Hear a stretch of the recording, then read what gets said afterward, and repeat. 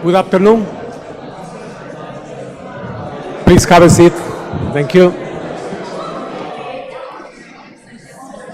Hola. Hi. I know that. Thank you.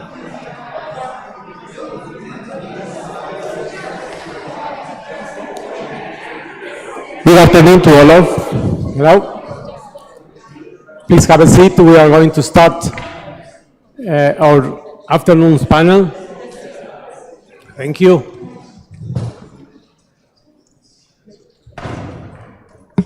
Thank you.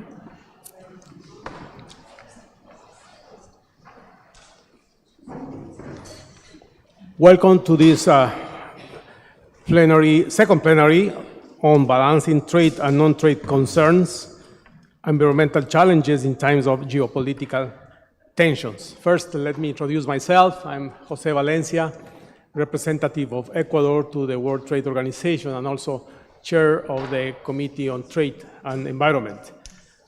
Now, I'm honored to chair this table, which directs our attention toward the complex interplay of trade and non-trade issues vis-à-vis the global environmental agenda, and considers a particular non-trade factor, geopolitical tensions. Geopolitical tensions often result in slowdown or complete cessation of cooperation. This is an established reality. Conversely, international trade is inherently a collaborative venture. The spirit of open trade championed the WTO necessitates cooperation, openness, and a shared objective. Global environmental challenges similarly demand collaboration. Addressing the tripartite crisis of climate change, loss of biodiversity, and pollution calls for a cohesive multilateral approach. It is clear that unless environmental commitments engage the entire international community, they will fall short of providing meaningful and sustainable change. This panel aims to steer a dialogue examining various facets of the interplay of trade and non-trade factors, which could reduce or even block cooperation. That disruption already impacts various aspects of the international trading system. This was highlighted in this morning's plenary, particularly during Professor Brand's presentation. The panelists who will share their views in this occasion are Bettina Meinhart of WIFO, Inmaculada Martínez-Zarzoso of the University of Göttingen. She says also that is working in Valencia, University of Valencia. Clara Brandi of IDOS, University of Bonn, and Noémie Laurence of the Geneva Graduate Institute.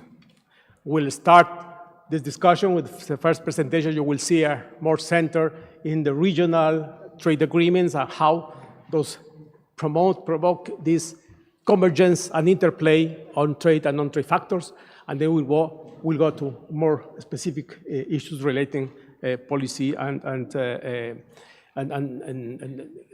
the development of international cooperation on these matters. So let's start now with Bettina Meinhart. Over you, please. Thank you for the introduction. I'm pleased to present you today a work in progress, which is part of my PhD dissertation on the topic, the heterogeneous trade effects of trade agreements with environmental provision. That's joint work with the trade team at WIFO, the Austrian Institute of Economic Research. Since I'm the first one in this panel, I want to start with a broad question: how is trade policy actually linked to environmental policy? You all know about the global challenges we are facing, just to name two: biodiversity loss, climate change. And to tackle those big issues, many changes need to be made. for our economic system. We need to change how the goods are produced, how they are traded, how they are transported, and that's also where this topic today comes in. There are many relationships between international trade and the environment. In the literature, it's very common to distinguish between three main channels how international trade affects the environment. That's first of all the so-called scale effect, the first channel, trade liberalization leading to more economic activity, which then leads to also higher emissions in those richer countries. So this channel having somehow a negative impact on environmental outcomes. We have the second channel, which is the composition effect. So trade liberalization leads to countries specifying on different goods, specializing maybe on more emission-intensive or less emission-intensive production, and hence it could lead to positive or negative impacts on environmental outcomes depending on the specialization. And then we have the third channel, the technical effect, trade liberalization leading to, first of all, of course, in richer countries, higher demand for environmental protection. So therefore, also more environmental concerns in this way, but of course also because of international trade, we have competition effects, more investments going into greener technologies, we have technology spillovers, and all this leading to changes in production and hence having like less emission-intensive production. And this means also then having a positive effect on environmental outcomes. So those are the three broad channels we can distinguish in this literature, and that's why I also see it's very important to think about this linkage of international trade and the environment. And one tool to do this is one policy instrument to link trade and environmental policy is to include actually environmental provisions into preferential trade agreements. And that's what I'm focusing on today, and also the next two presenters will focus on this policy tool. How common is that? With this graph, I want to show you that actually the majority of trade agreements include some kind of environmental provision. You see here new trade agreements enforced in each year. In gray, those including environmental provisions, in red, those that do not. So around 90% of all trade agreements include at least one kind of environmental provision. And what's also interesting about this graph is when you look at the average number of environmental provisions in new trade agreements, it's increasing since around the 1990s, especially in the most recent years. So newer trade agreements tend to, as we already heard today, include more non-trade objectives, include more environmental provisions. And even though this is the case, there's actually not that much literature yet to tackle what are actually those impacts of those environmental clauses. There are some papers showing that the environmental provisions actually lead to improved environmental outcomes.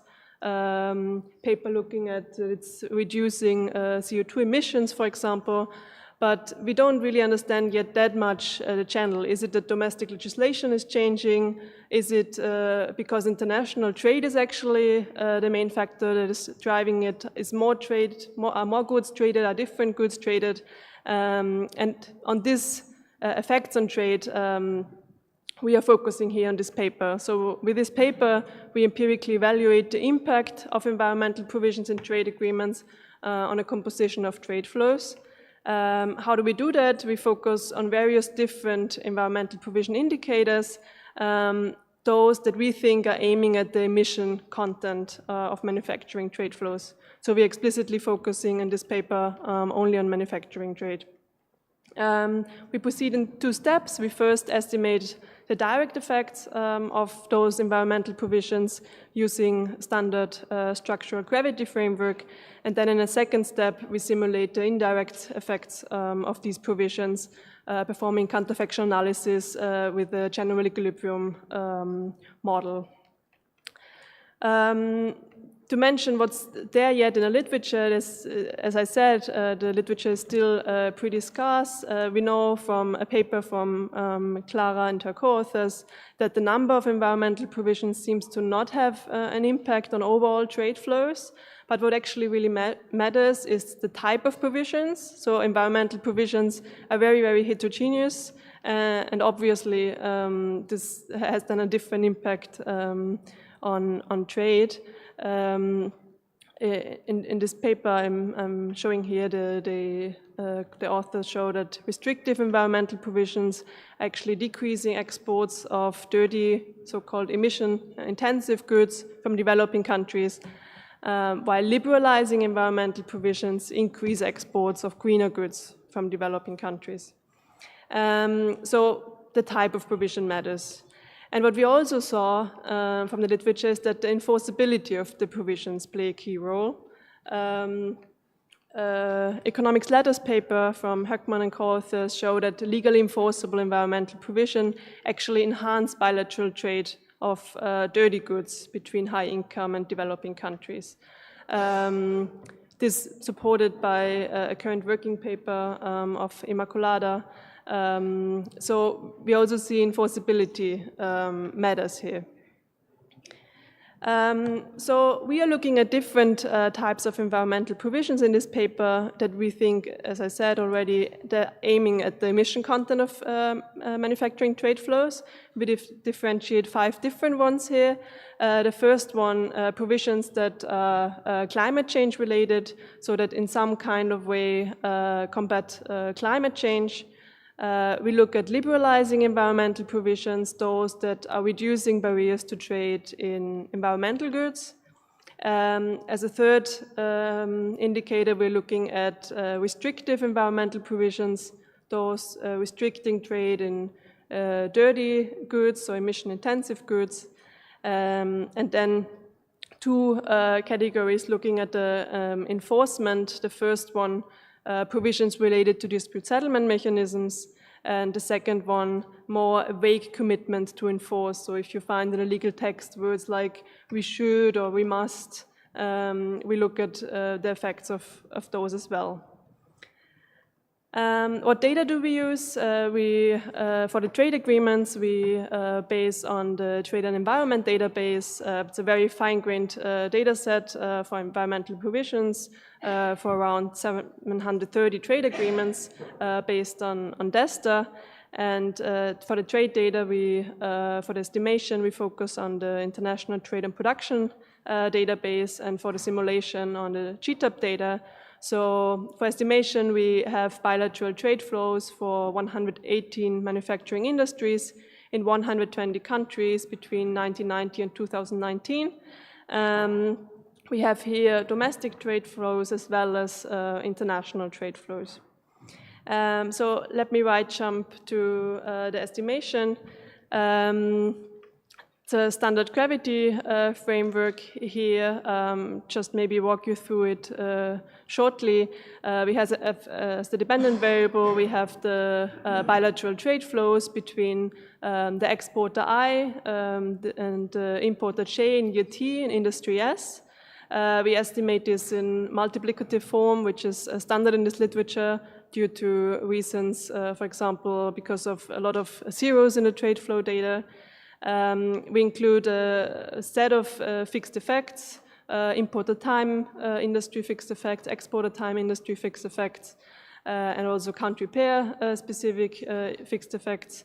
So controlling for any type of characteristics that are not the focus here in this analysis. We include with the B here, that's a border dummy. So if we have international trade, this dummy is 1. This is included because it's controlling for globalization trends, and this border dummy is then also interacted with the three policy variables afterwards. Why do we do that? Because we have, as I said, domestic trade flows as well as international trade flows in the data, and to properly distinguish between those two, we interact this dummy with the policy variables.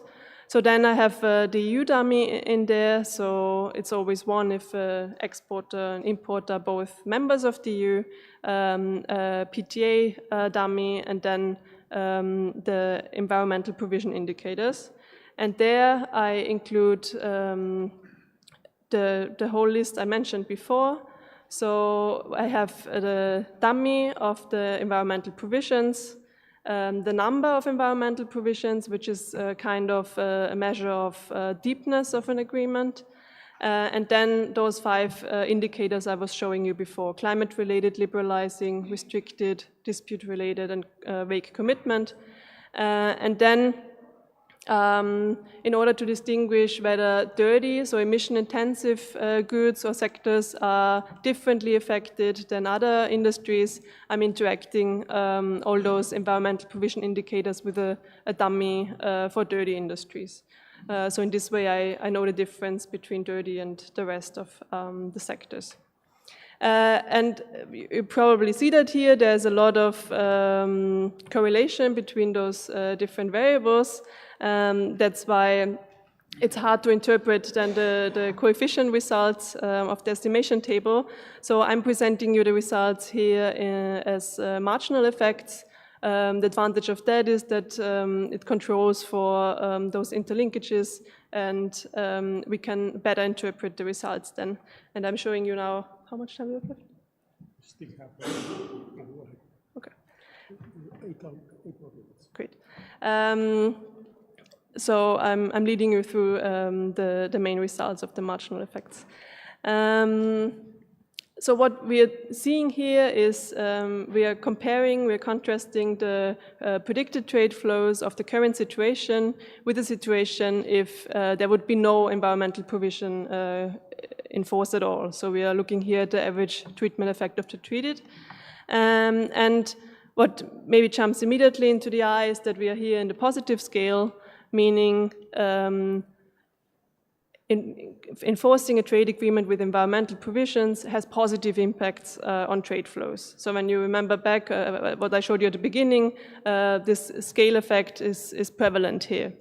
What is maybe the second thing that jumps into your eyes is that the red line, standing for dirty trade, is above the one for the other sectors. So emission-intensive sectors are profiting more from such environmental clauses in trade agreements. And then the third result you see here, I distinguish here the number of environmental provisions into 4 different quantiles.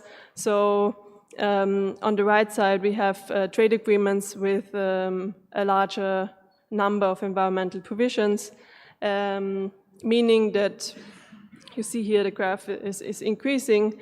If we have a trade agreement with more environmental provisions, the effects on trade flows are higher than. So as I said already, a scale effect is prevalent here. But as I mentioned already, it's not enough to just look at the overall number of environmental provisions, because those environmental provisions are very heterogeneous. So let's look at the different types. Here you see the marginal effects over the share of climate-related environmental provisions. Again, distinguished here in 5 quantiles.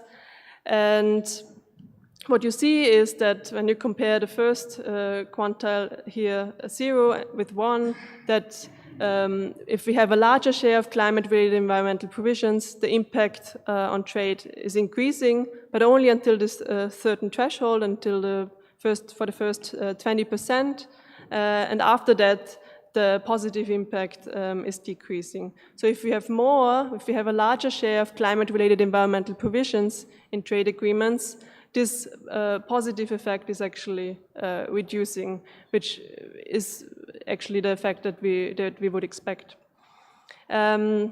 The same we can see for liberalizing environmental provisions, just that here the threshold is much later.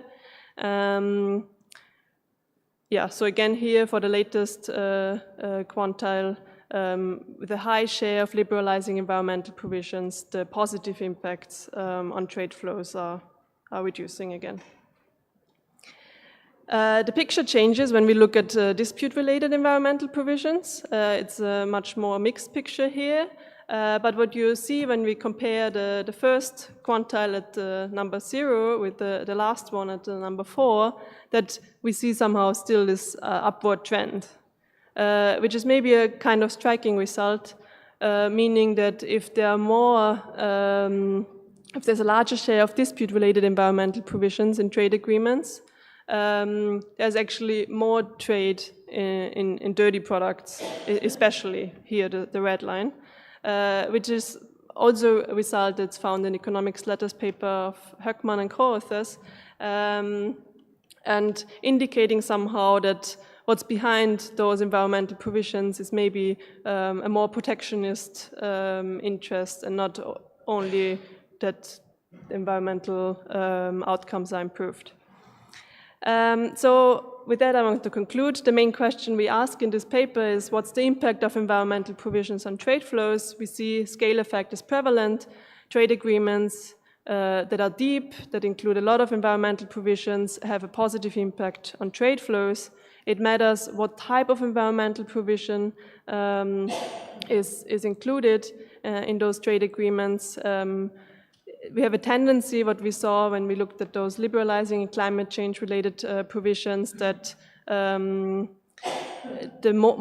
higher the share of those provisions is, that this positive effect is decreasing then. And when we look at the composition effect, it seems less important. Of course, you saw that the dirty trade flows seem to be more affected, but when we looked at the statistical difference between dirty and other sectors, we didn't see a really statistically significant effect. But I guess that's exactly what Inmaculada will talk on now. Yeah, thank you for your attention. Thank you.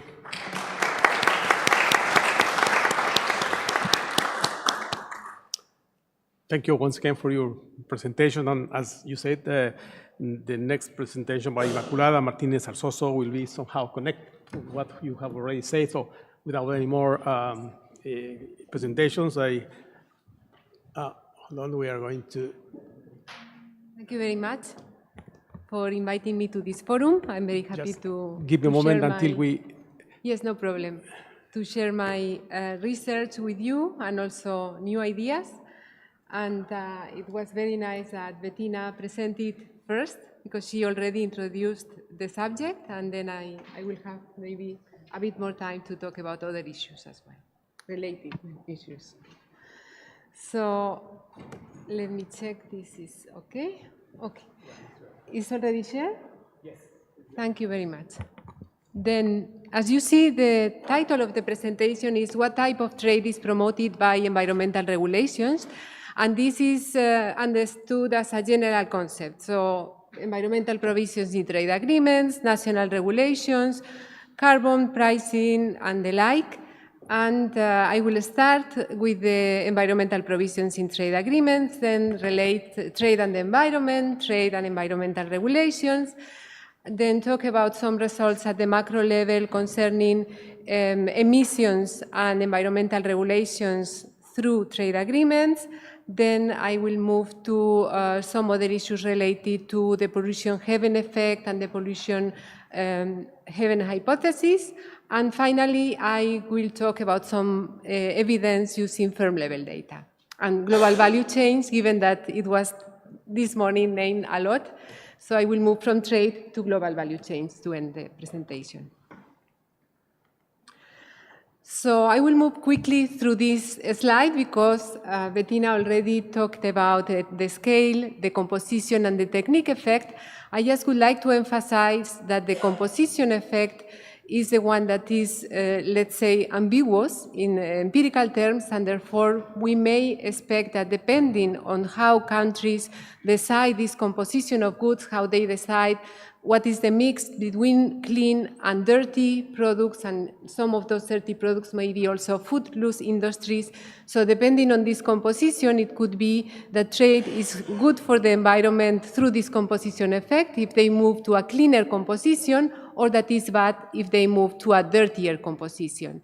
Concerning also the technique effect, I just want to add that, of course, as income expands through trade, both consumers and producers, they may contribute in a way, consumers to demand a cleaner environment, and producers also to pursue cleaner investments. So therefore, the technique effect is supposed to contribute positively to the environment, to improve the environment. If we go to the past literature that deals with the relationship between trade and environment, which is definitely both ways, then in the long term, many authors found that trade is beneficial for the environment, and that means basically that this technique effect is more important than the bad part of the composition and that the scale effect. So the main question here is this really the case? Is trade eventually, or the net effect of trade is good for the environment? And there comes the regulation part. In order to change this composition of trade, maybe this doesn't happen by itself. Maybe we need regulations, and maybe we need some regulations that are international, that have some international setting. So I did some work on environmental regulations and emissions, and one of these is not there. It was early on in 2013 and was published in the Journal of International Economics, and there we found that with agreements, trade agreements with environmental provisions tend to converge to the same level of emissions, and those CO2 emissions were lower than before the agreements. Following on that, this paper in 2018, that it was a commission paper for the OECD, there we, myself and then with some help from the OECD, we were constructing indices of environmental provisions in trade agreements, and we were having those wide and depth of the provisions, and also did some estimations on the direct and indirect impact of emissions. Why I say direct and indirect? Because it could be that there is a direct effect that goes through the regulatory framework, and an indirect one that goes through trade, and eventually can be this scale composition or technique. So what we found is that there was some direct effect, and this was showing some reductions in emissions, not only CO2, but also PM2.2, which is the second paper in 2019. Of course, this effect was small. Then moving on this is just some illustration of the OECD paper, in which you can see in blue the short-run effect and in green the long-run effect, that finally is around 1%, 2% of emissions, which is not, I mean, it's small, but it's relevant, I will say. Then now I move to environmental regulations and trade, and there are two main ideas, the pollution heaven effect and the pollution heaven hypothesis, that mainly refer to the relationships between the global north and the global south, developing and developed countries, if you prefer. And the first, the pollution heaven effect, is telling us that more stringent regulations in developed countries should increase environmental control and also the costs, especially in production-intensive sectors, and then maybe those more developed countries will specialize in production of cleaner goods, and then developing countries will specialize in production of dirtier goods.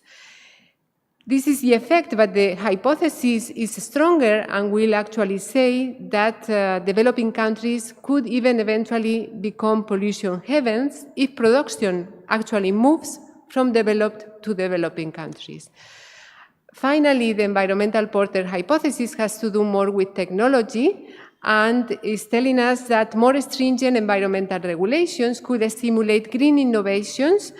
This is the, well, is the weaker part, but the stronger one is that if this push is big enough, then they could also generate comparative advantage in environmental goods for the countries that are more advanced in green technologies or very clean production technologies. So the question is there evidence of these three hypotheses? And the answer, I think, is partly here.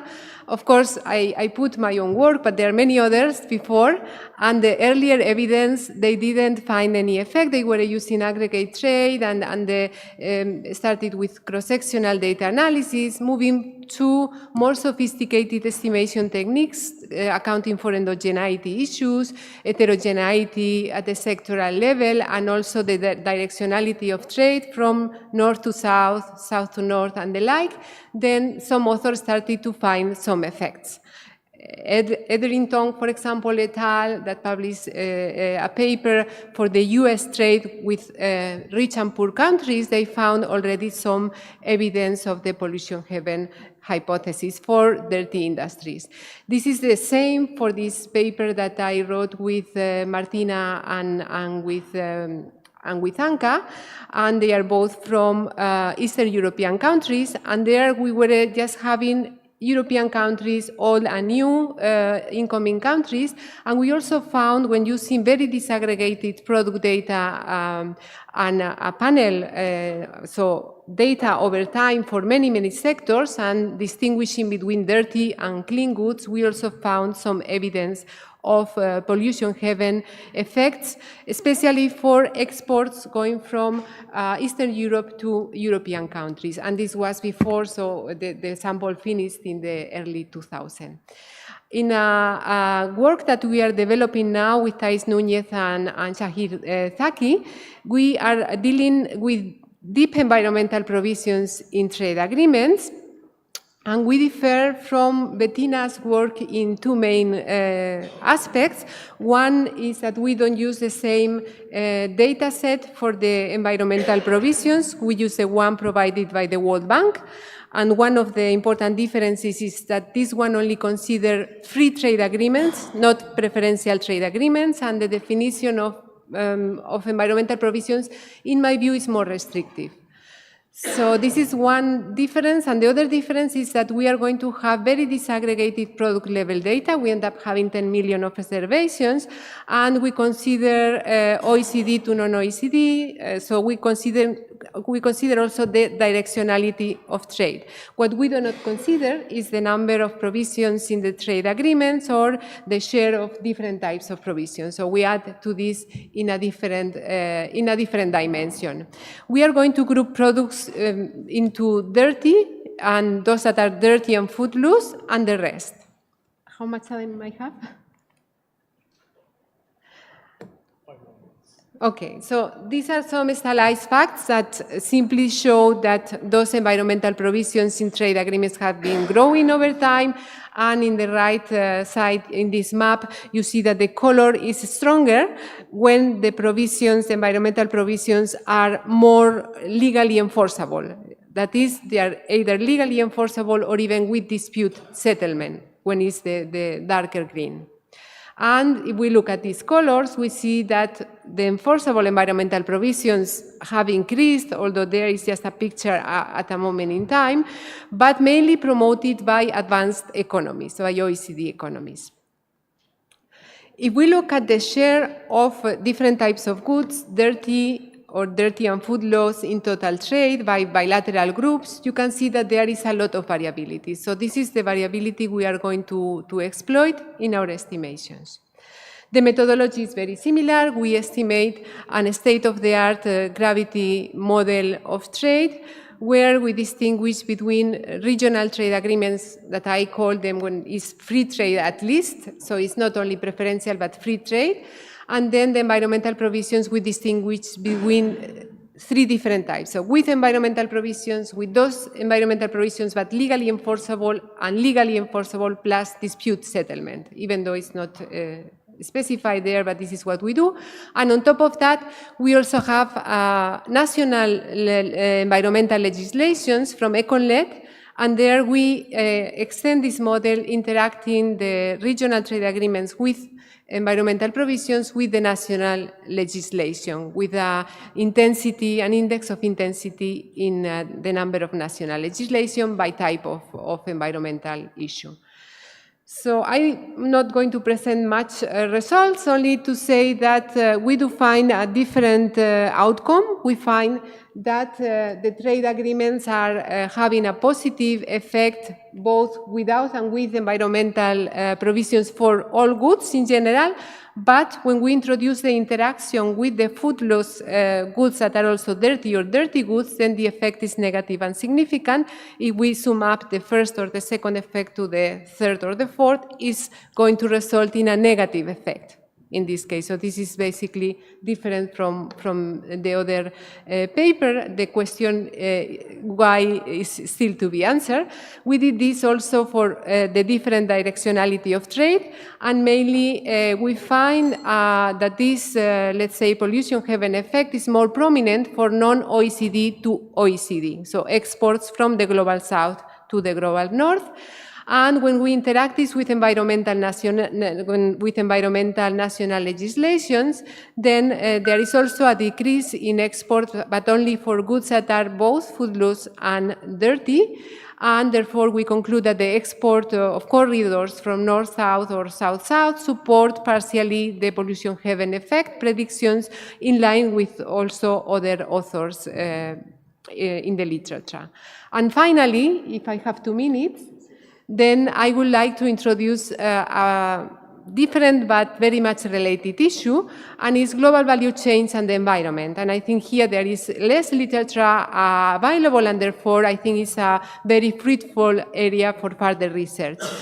There, what I have done with Samuel and with Leila is we have linked GVC participation and environmental impacts at the firm level. Or more than environmental impacts, it's the way that firms act to take into account environmental issues.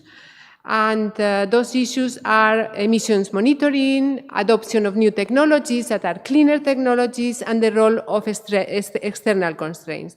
This paper has been published a few weeks ago in the World Development, and what we find is that actually, firms entering global value chains are more likely to adopt more environmentally friendly practices, and I think these are good news. We have a sample of countries that covers the North African countries and Central Asia, so those are developing countries, so to say, and what we find is that it is also that regulation and external constraints seems to be one of the drivers. Why? Because countries that have weaker environmental regulations are the ones in which these effects that we find are stronger. So concluding, trade agreements with environmental provisions, maybe they do something on trade, and maybe this effect that may be prevalent is not that prevalent, and we have to take care of this composition effect as well. Some evidence also supporting the Porter's hypothesis, because if there are goods that are not dirty or dirty and food loss, we find positive effects of regional trade agreements on the other goods.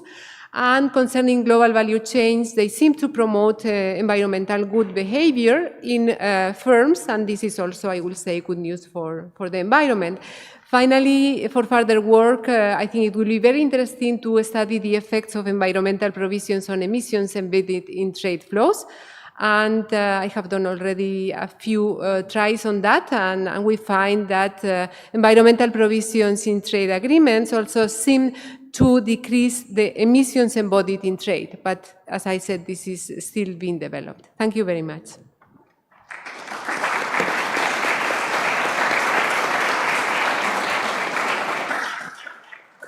I also thank you to Inmaculada for her presentation. And now we go to Clara Brandi from University of Bonn on trade and non-trade issues in PTAs, environmental outcomes in the agricultural sector.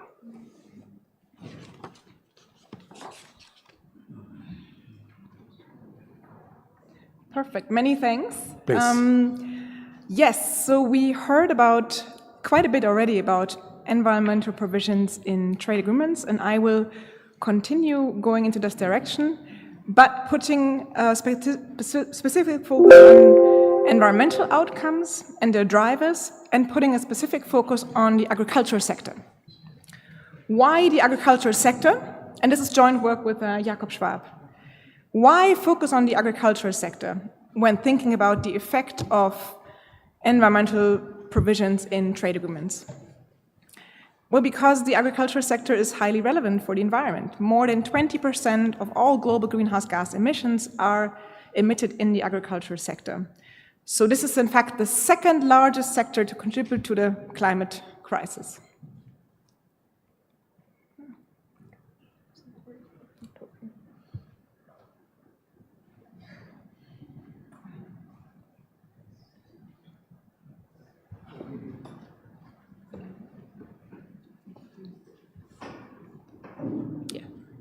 Yes, okay, thanks.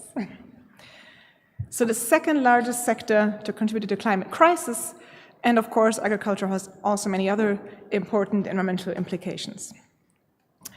So the idea therefore is to try to understand to what extent environmental provisions in trade agreements could be a way to promote environmental protection and tackle emissions in the agriculture sector. So the aim of this paper is to find out whether these provisions are associated with a subsequent reduction in agriculture-related greenhouse gas emissions in particular. We also look at some other agriculture-related environmental outcomes, but I will focus on the emission part here, and we can go into more detail in the Q&A on other environmental outcomes if you're interested. So I also used a trend data set that was mentioned earlier. So this is a very comprehensive and detailed data set on environmental provisions in trade agreements compiled by Jean-Philippe Morin and colleagues, including Andreas Dürr was involved, who's here today, and other colleagues from the DESTA team as well were part of this, including also Noémie, who's here. We already heard about this ever-growing trend of including environmental provisions in trade agreements. And if you want to not only download the data, but also play with it online in an interactive data visualization tool, feel free to go to trendanalytics.info, where you can visualize the different types of provisions in different agreements across the world. And we just updated the trend data set a year ago or so, so new information is now online. So what do we know so far? And we've heard already a bit about this literature, so I'll be very brief. I will say that there are quite a few studies suggesting that there are positive environmental outcomes when environmental provisions are included in PTAs. And this concerns general environmental performance, but also a focus on deforestation, on air pollution, and as we heard, on CO2 emissions and greenhouse gas emissions. But so far there has not been any work on this in the context of the agriculture sector, and because this is such an important sector, we focus on this here, putting to use a new data set that builds on trend and putting a focus on agriculture-related greenhouse gas emissions, which include methane, well known in the agriculture debates, and also the lesser well-known nitrous oxide, which is emitted to the use of fertilizers and plays a huge role also for the climate crisis. So how do we do this in terms of data and methodology? The key dependent variable I will focus on here is CO2 equivalence of these respective greenhouse gas emissions. And the key explanatory variable here is the number of environmental provisions that are related to agriculture, also forestry and fishery. And so this is the novel data on these agriculture-related environmental provisions. It includes a subset of the trend database, but also includes some new provisions, some new types of provisions that were coded to really have a broad and detailed, so comprehensive focus on agriculture-related environmental provisions in trade agreements. And then we set up a panel data set with country year observations, including 191 countries and territories across 25 years. We include all kinds of controls, including the number of PTAs per country, and then country and time fixed effects. And we also include several time-varying country-specific variables in a two-stage estimation that we use as a robustness test. And what do we find? In a nutshell, we find, this is the first main result, that countries that sign PTAs with more agriculture-related environmental provisions seem to emit less agriculture-related CO2 equivalents, so fewer emissions when these provisions are included. So then the next step is to understand a little bit about the channel. No? What is going on? Why do we find this result? And we heard a little bit about potential channels already, but there's still a lot more research to be done, I think. But we want to shed some first light onto this. So what could be potential channels in this context? So it could be the case, first of all, that agriculture-related environmental provisions are linked to stricter domestic environmental regulation. And this is building on previous work, which suggested this is the case. So it could be actually an environmental regulation effect, no? But there could be also a second channel. It could be the fact that these provisions tend to limit agricultural trade, tend to put pressure on agricultural production, and could therefore also reduce agricultural land use, agricultural production and agricultural land use. And the third, but thirdly, there could be, of course, many other mechanisms that directly affect the greenhouse gas emissions related to agriculture. For example, there could be a higher demand for lower emission agricultural production outputs by trading partners, and this could also drive the emission reducing effect. So because we have data for 1 and 2, we test these channels explicitly and then also look at the direct effect of these provisions on greenhouse gas emissions, independent of these first 2 channels. And using a mediation analysis can provide some insights into these channels. And what we find is the following. So first of all, around 13% of the overall association between agriculture-related environmental provisions and greenhouse gas emission reduction seems to be driven by or is linked to domestic environmental regulation. Around 24% of the overall association is linked to reduced agricultural land use. And then around 63% of the overall association is explained by other channels, and this means that even at a given level of domestic regulation and even at a given level of agricultural land use, agricultural production seems to become less emission intensive in countries with more of these agriculture-related provisions in their trade agreements. So, for example, again, due to this increased demand for lower emission products. So that gives us a first hint into some of the channels that might be behind this, but this is work in progress, so we would like to shed more light on this going ahead. So what are the takeaways? So first of all, we find that, yes, agriculture-related provisions are associated with greenhouse gas reduction in the agriculture sector. And we find that this link is partially driven by domestic regulation, partially driven by agricultural land use reductions, but also by other factors. So there's more scope for future research on the role of different types of provisions and more on these channels for sure.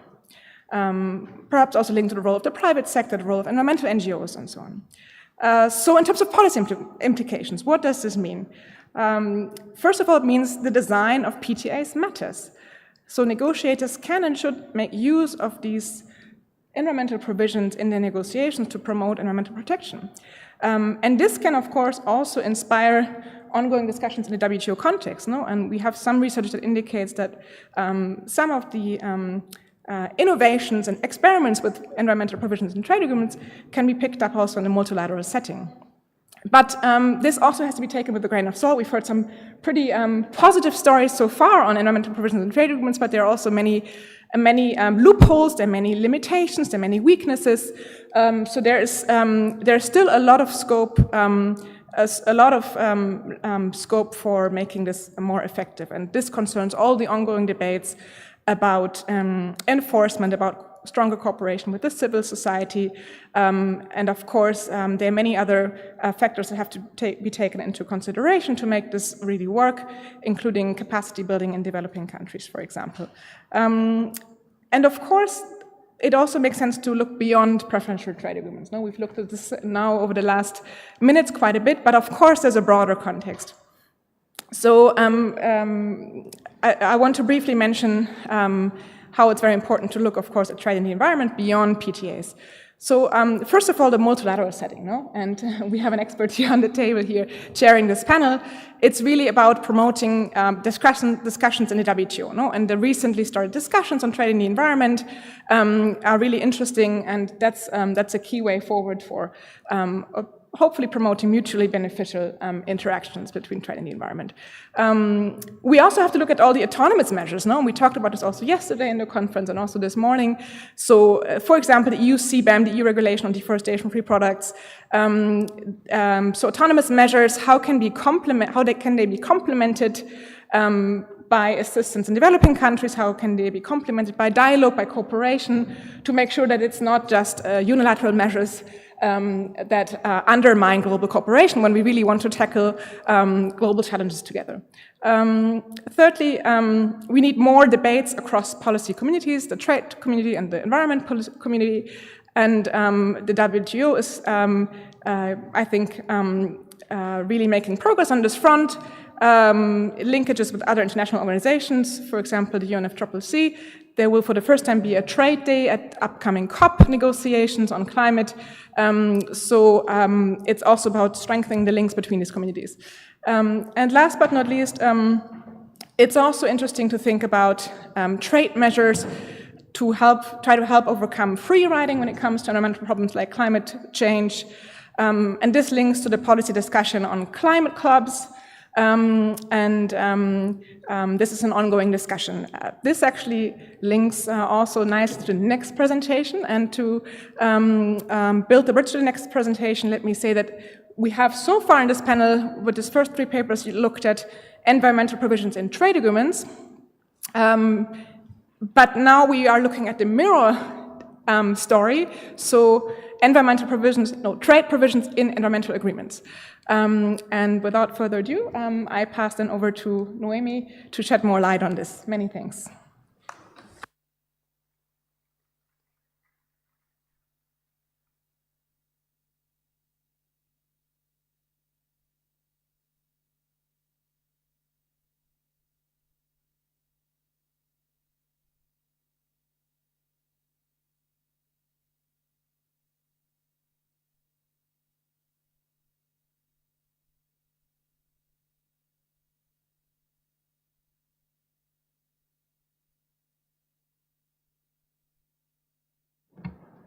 Thank you, Clara. Thanks for the...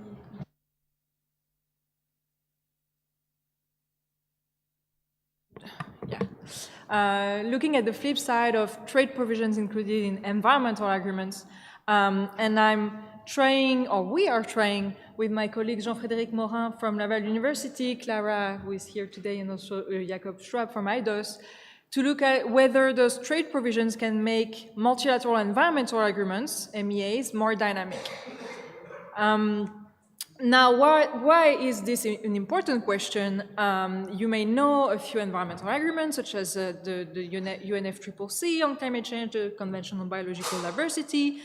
Some of them are very dynamic. They're amended and updated many times during their lifetimes, but others remain completely static and do not change at all for decades. Whereas, of course, the environmental issues that they are supposed to address, and even the political context, is evolving quite rapidly. And we expect, although dynamism does not guarantee more effectiveness, of course, we expect that a more dynamic treaty is more likely to be effective in tackling the evolving environmental issues it is supposed to tackle. So the question is, what are the design features that can increase this dynamism? And spoiler alert, we're looking at the effect of trade provisions on this dynamism. Now, what we mean by dynamism in the paper is actually two different dimensions. The first one is rulemaking, and this one is about whether the parties to a multilateral environmental agreement decide to update their commitments by adopting new rules, which means complementing the existing MEA with new rules. And the second dimension of dynamism is membership. And here we look at whether new countries that did not participate in the initial negotiations of the environmental treaty finally decide to join the treaty and become a signatory. So these are formally called accessions, as you may know. And typically in the literature, although it's contested to some extent, we find an argument that rulemaking and membership are actually part of an effectiveness dilemma. Because if you want ambitious environmental rules, environmental policies, you need a small membership, a small number of countries, because as membership grows, it becomes more and more difficult to reach a consensus on ambitious environmental policies. And so in the paper, we tried to look at how the two dimensions can actually improve over time. So we have good examples, empirical examples of dynamic environmental agreements. The typical example here would be the Montreal Protocol on substances that deplete the ozone layer. As you may know, the treaty was signed in 1987, and since then it has been amended 19 times. So typically amendments to this protocol are here to update the list of ozone depleting substances that should be regulated by countries. And it has also been dynamic on the membership dimension because it has been joined by many countries over time to reach what we call universal membership. So today every country is a signatory of the Montreal Protocol. What is interesting is that initially some countries were very reluctant to ratify the Montreal Protocol, especially India and China. And it's actually through an amendment that created a multilateral fund to help developing countries adjust to the phasing out of ozone-depleting substances from their economies that actually India and China finally joined the Montreal Protocol. So this is a success in terms of dynamism, and we want to see if there is a broader story to look at a broader sample of environmental treaties in terms of dynamism. Now, as I was mentioning, the key argument we are making is that trade provisions in environmental agreements can contribute to this dynamism. And here again, we have many examples of environmental treaties that do include trade provisions. The Montreal Protocol is again a good example because it bans imports of ozone-depleting substances for countries that are not members to the Montreal Protocol. And there are many other examples actually. So Clara showed the graph. There are actually about 2/3 of international environmental agreements that do include trade provisions to date. Another example, for instance, would be the Basel Convention, which regulates trade in hazardous wastes. The CITES, which is the Convention on International Trade in Endangered Species, is another environmental treaty with a very strong trade aspect. But so far, there is no large-end study that has looked at all the MEAs out there to see the effect of those trade provisions on dynamism, what we are interested in here. And in terms of policy relevance, we think that it's an important question because it speaks to this idea of climate club that Clara was mentioning, which was originally proposed by Nordhaus. And the idea is to link ambitious climate obligations, policies. This could be extended to ambitious environmental policies at large, with trade privileges that are only provided to the members of the club. And or even we can imagine sanctioning the non-members of the club for not putting in place ambitious environmental policies.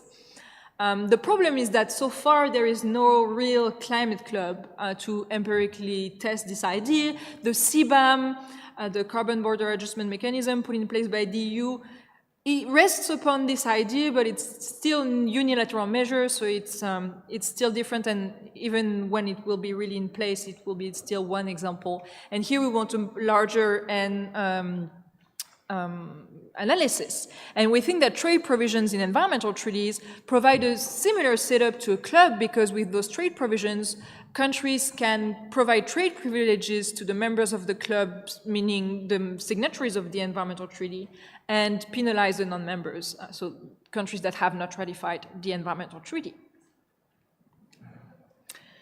And so we test two hypotheses, one for each dimension of treaty dynamism. So the first one is about rulemaking, and here we expect that trade provisions in environmental treaties may change the relative power balance between domestic interest groups by providing more power to environmental friendly firms, firms that trade in environmental goods, and be at the disfavor of more polluting firms. And if those environmental friendly firms are given more power, they may be more likely to influence their government to double down on their environmental commitment and therefore to adopt more ambitious rules and complement their environmental treaties. And so the first hypothesis is that the more trade provisions an ME includes, the more likely it is to be amended during its lifetime. The second hypothesis about membership, here we look at what happens in non-party countries, and we expect that trade provisions may provide an incentive to non-parties to join, because businesses located in those non-parties may feel at an economic disadvantage because they are excluded from the trade benefits of the environmental agreements, and therefore they may be trying to lobby their government so that it joins the treaty. And so the second hypothesis is that the more trade provisions an ME includes, the more likely it is to be joined by new countries. In terms of data, we looked at 654 MEAs concluded since 1945. The data from, well, the text of these agreements come from the IEA database from Ronald Mitchell. And we coded all the trade provisions included in those MEAs. If you want to have a look at the database, it's now publicly available, and there is a very interesting recent publication by my three co-authors here, Jean-Frédéric, Clara, and Jacob, in the Review of International Organizations that present this coding, manual coding of trade provisions in environmental treaties. And we distinguished two types of trade-related provisions. The first type is trade liberalizing provisions. So here we are talking about provisions that reaffirm the trade commitments of the parties, or that promote environmental certification, that talk about non-limiting trade flows between the parties, that encourage certain economic activities, things like that. And the second type is trade restrictive provisions. And here I already provided a few examples, but we have prohibitions of exports and imports, or restrictions of imports and exports on certain goods, and restrictions on economic activities such as transport, production, extraction of natural resources, for instance.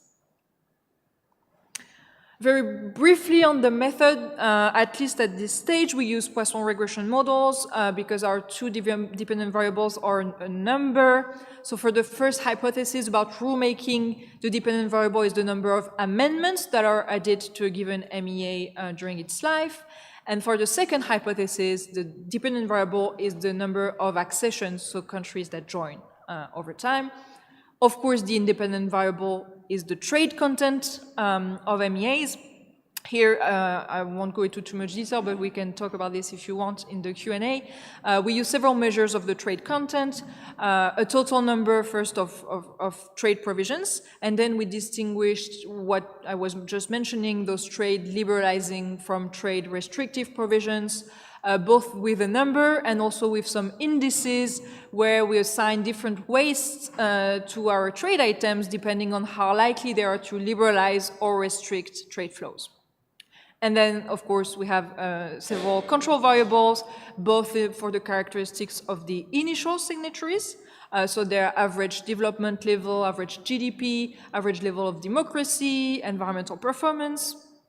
And then we control for the characteristics of the MEA itself, so whether it's regional, multi-regional, how long it has been in place, the initial number of signatories, etc.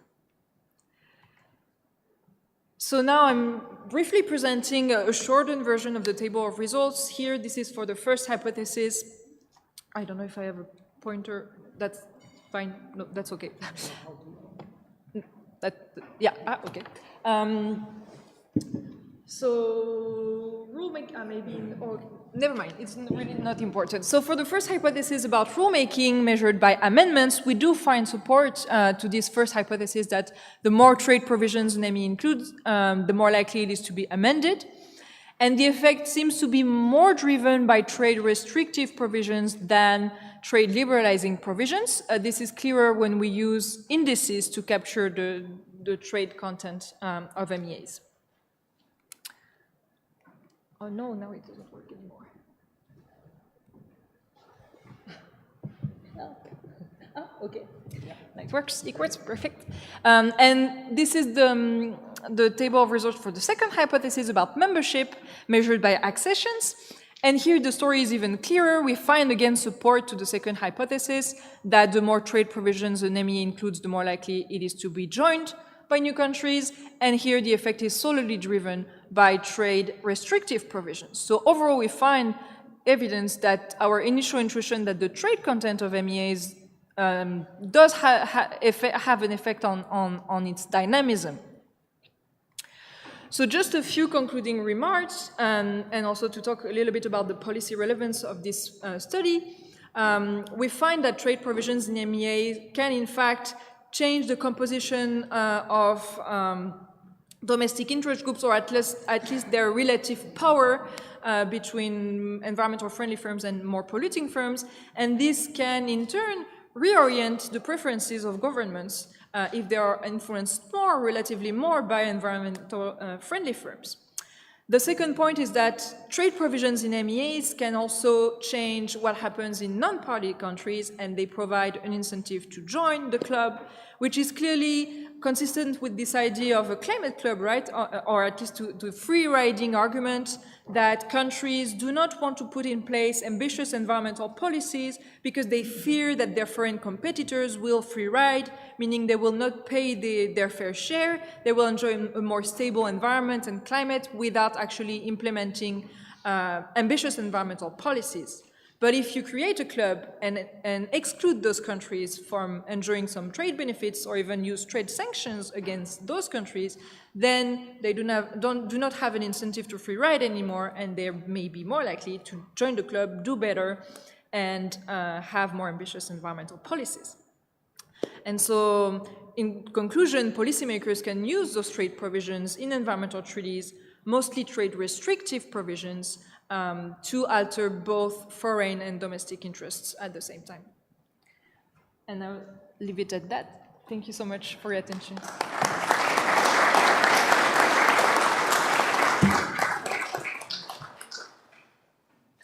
Well, thank you as well. Well, now we'll move to the question and answers part, and yes, I will invite the questions to the speakers from the audience that want to address the question to please use the microphones that are located on both sides of the room, and please identify yourself the moment that you take the floor. Please. Hi, I'm Rohit. I'm an economist at European University Institute.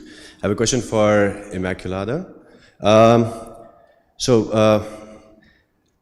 I'm a bit puzzled about this environmental Portler hypothesis, and I would love to hear your thoughts about, like philosophically, we think about introduction of these clean technologies is net beneficial, but maybe it's net beneficial in areas where these goods are being consumed. But what about locations where more and more inputs are being extracted, which are used in their production, but these the extraction itself is bad for the environment. So how do we reconcile that? Perhaps in US, introducing electric cars is great for the environment in US, but maybe not in DRC where the inputs are being extracted much more in the environment. So that's question number one. And then I have a question for Noémie. So again, conceptually, right, when the idea of club goods, when James Buchanan thinks of club goods, he thinks about a club which is, the entry is very restricted, right? So when you think of trade agreement, how restrictive is the entry and how much of it is just cheap talk? Thank you. Thank you very much for your question. Actually, you are correct. I think the problem is not solved for the countries that are being damaged by extraction of natural resources and the like. And for this, I think the only way to act is multilateral environmental agreements that protect those countries. The only issue is about sovereignty. And then how can we tell a country somewhere in the global south that they shouldn't exploit the natural resources? And I think recently, I don't know the details, but there was an issue in Central America that they were asking for support in order not to extract oil or start some exploration, and they were asking for support, let's say, development aid or support, in financial support from the north in order not to start this exploration. Of course, the issue is that the climate finance has not been delivered. It was promised already in some COPs ago, and then COVID came, then wars came, then political instability, and therefore if climate finance is not delivered from the global north to the global south, this is going to be more and more of a problem, and then what we will have is more migrants coming from the global south to the global north. So the problem is only to be solved through multilateral agreements that include environment, cohesion, social cohesion, and of course, economic issues. Thank you. Thank you. Allow me to say something else regarding what you already said, Inmaculada, before going to Noémie's. Well, that's exactly what happened with Ecuador. At some point, I'm talking of this 10 years ago, perhaps, we have this idea of these new oil fields, not to explode them, but to create an international fund, and the resources that are provided for that fund would be directed towards, developing programs in Ecuador. Unfortunately, that idea was not, was not becoming a reality, and in the end, the country started to produce oil out of those fields. So that's a dilemma that developing nations sometimes have to face, and just wanted to say so. Your answer to the question remind me of a specific that the Ecuadorians experience. Yeah, please, Noémie. Thank you. Thank you for your question. This is a very good point about how restrictive is the entry and costly it is. And I have a very unsatisfactory answer because it very much depends on the treaty. Because here we are talking about provisions about accessions. So some treaties do not mention accession at all. And so I guess the rule is that they are open to accessions, and other has a limited accession procedure, and others are forbidden, like accessions is forbidden, and I guess this is the rarer case. I don't have the data in mind, but we do have the data if you're interested somewhere, and we should actually control for that. Now, in terms of the cost, again, it depends on the treaty. Some treaties are deeper than others and require more changes of behavior and more difficult policies to implement domestically than others. And in that sense, some are more costly than others. And then, of course, there is the question of whether countries do implement. If they sign a treaty, ratify it, and then don't implement it, of course, it's very cheap for them. But yeah. Thanks. Any other question? Please, Professor. So just to follow up on that last answer. So Inmaculada, you mentioned you were using the 𝐿ECO-LEX data, right? And it's always seemed to me, and I am as guilty of this as any of you in terms of just looking at these trade agreements, but we're really ignoring the national legislative environment, right? And there's two dimensions to this. To what extent is all this stuff already there? And therefore, we're by definition not picking up anything. But also, what is the relationship between national legislation and change over time and these agreements, right? So does it happen before, after, what's going on? So I think that's really something that I think is missing in the literature. Now that you have these databases, apparently, I just heard about this relatively recently. I think that's something we really should be using much more. I think on Clara, so one thing that I was thinking about as you were presenting, how do you deal with selection types of effects, right? So clearly you have countries with very different agricultural policies, support policies, which are kind of, I guess, hidden in the fixed effects, but insofar as you're subsidizing a lot your farmers as opposed to another country not, you're going to have very different expectations in terms of what environmental provisions may or may not do. So I think controlling for that is important. Thank you very much for the question. Actually, this question was already asked by the OECD representatives at that point in 2018, and there is anecdotal evidence that some countries, especially in the Global South, they are asked to change their national legislations before being invited to enter a trade agreement, especially if it's the US or if it's the European Union, the ones that are promoting this agreement, or even some others, OECD countries. So therefore, in this sense, the directionality should go, okay, then there is a proposal for a future trade agreement, and then they see what is going on the countries that may eventually join the agreement and say, look, you don't have a Ministry of Environment, you should have one before. And this has been happening. I mean, some countries have made some moves in this direction in national legislations in order to enter an agreement. And the European Union is the best of the examples, because in order to be a member of the European Union, I mean, you have to comply with all the legislation, and we have now the European, the climate law. And therefore, if you enter the European Union, or if you want to enter, you know you have to change your national legislation. So therefore, I think this answers more or less the question. And we also experimented with some national legislation, mainly in developed countries, because the developing countries still don't have carbon tax or any other market mechanism.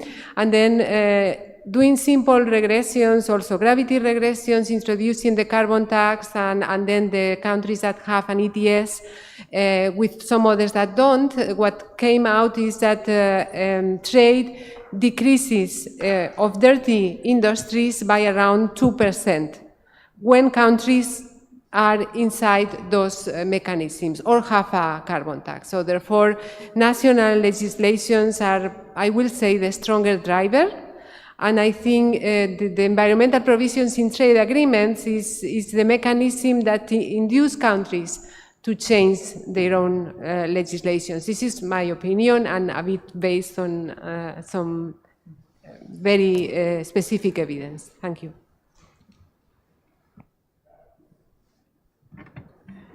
Yes, that's very interesting and a good question. So the point on controls is well taken, and we'll take that into consideration. And on the question you just mentioned, Ima, yes, we actually have a paper out on the link between international agreements and domestic environmental regulation. So there seems to be really evidence that there is a link. That doesn't mean that new regulations are always really more ambitious than previous regulation, but it's a reasonable assumption to think that, yes, this is the case. So more regulation means probably more environmental protection. Yeah, so if you're interested, we can share the link. Thanks. Thank you. Question over here, please. Yeah, thanks. The question focuses on, it's mostly for Clara, but I'd be interested in reflections from everyone. My sense is that most of the data on the environmental impact side that you were dealing with is sort of classic pollution issues, so emissions of some sort or another, which are typically easier to measure and typically easier to put in certain types of frameworks when we're thinking about the benefits of technological innovation, et cetera. But Clara, I was intrigued that you mentioned that you had data on fish catch and forestry in protected areas and biodiversity. And my sense is that in those cases, some of the intuition that's been expressed around what we would expect is going to be very different. And I'd just be curious, I say that particularly because I don't want us to come away from this thinking this panel was about the environment. It was about emissions of a very specific type that happen in very specific types of industries at points in supply chains. And so to conclude that there's certain relationships between the environment and trade on that basis, I think is highly problematic. But Clara, I'd be really keen to hear, I mean, I think the measurement error or measurement issues are going to be way more tricky on that front, but if you have something you can reflect on about different expectations or how you're dealing with those different types of environmental issues, I'd be really keen to hear it. Please, go ahead. Okay, very good question, and good to broaden the focus, no? Yes, that's very important, and that's why I also said we have to take this with with a grain of salt. These indicate, and we can't portray this only as a positive big picture that solves all the problems that are out there. No, that's a very good point. So yes, most of the results here were about emissions, at least in the first 3 presentations, and that's a very small subset of the environmental challenges that we're facing. So we looked at different types of outcomes. We did not find any link to protected areas, so terrestrial protected areas, no link to forest areas enlarging or becoming smaller, and also no link to fish catch. So there was nothing we found so far. These are relatively new provisions in many PTAs, so it could also be a data issue or a timing issue, but so far nothing to be found. And that's important to point out, right? There is some research that indicates that including certain types of provisions can limit the increase of deforestation, right? But there's other less optimistic research on the Peru-US agreement that uses satellite data and shows that, in fact, deforestation has not reduced has not been reduced in that context. So I guess on the empirical front, in terms of environmental outcomes, the picture is mixed, and it's partially a data issue, but also more research is needed to look at the outcomes and the channels. We do find a significant effect when it comes to certain other pollutant emissions, so air pollution emissions, and also, interestingly, marine protected areas. And we have not found out why there seems to be a link between fishery-related environmental provisions and the protection of marine protected areas, but that's something we find. We have to dig deeper into this. Yeah, so thanks for this question. I wonder if somebody else wants to comment also on Professor Salt's question. Only to add to this, that if we look at biodiversity, I will guess that the effect is negative. But this is something that has been, I think, explored already in a paper, I think this year in the in the Journal of Environmental Economics and Management. And I think the effect comes that it's a decrease in biodiversity. If we increase trade, of course, this is in general, then I think much more has to be done in this area. Thank you.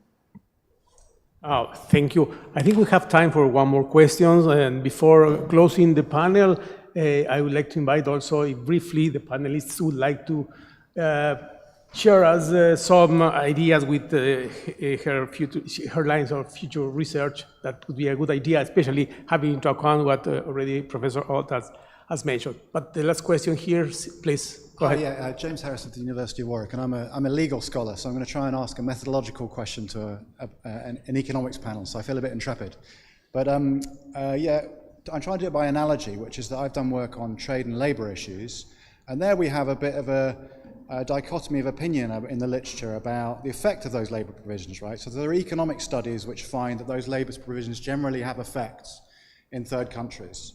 And that they improve labour protections in various different ways. And then there's myself and others who've done qualitative studies using policy tracing to try and understand what the effect of those countries are in individual case studies. And what we find is that those provisions only have effect in certain circumstances. And that's quite rare when there are coalitions of domestic and international actors, trade unions, NGOs, political parties pushing for those provisions to be used, right? So we find generally they're ineffective.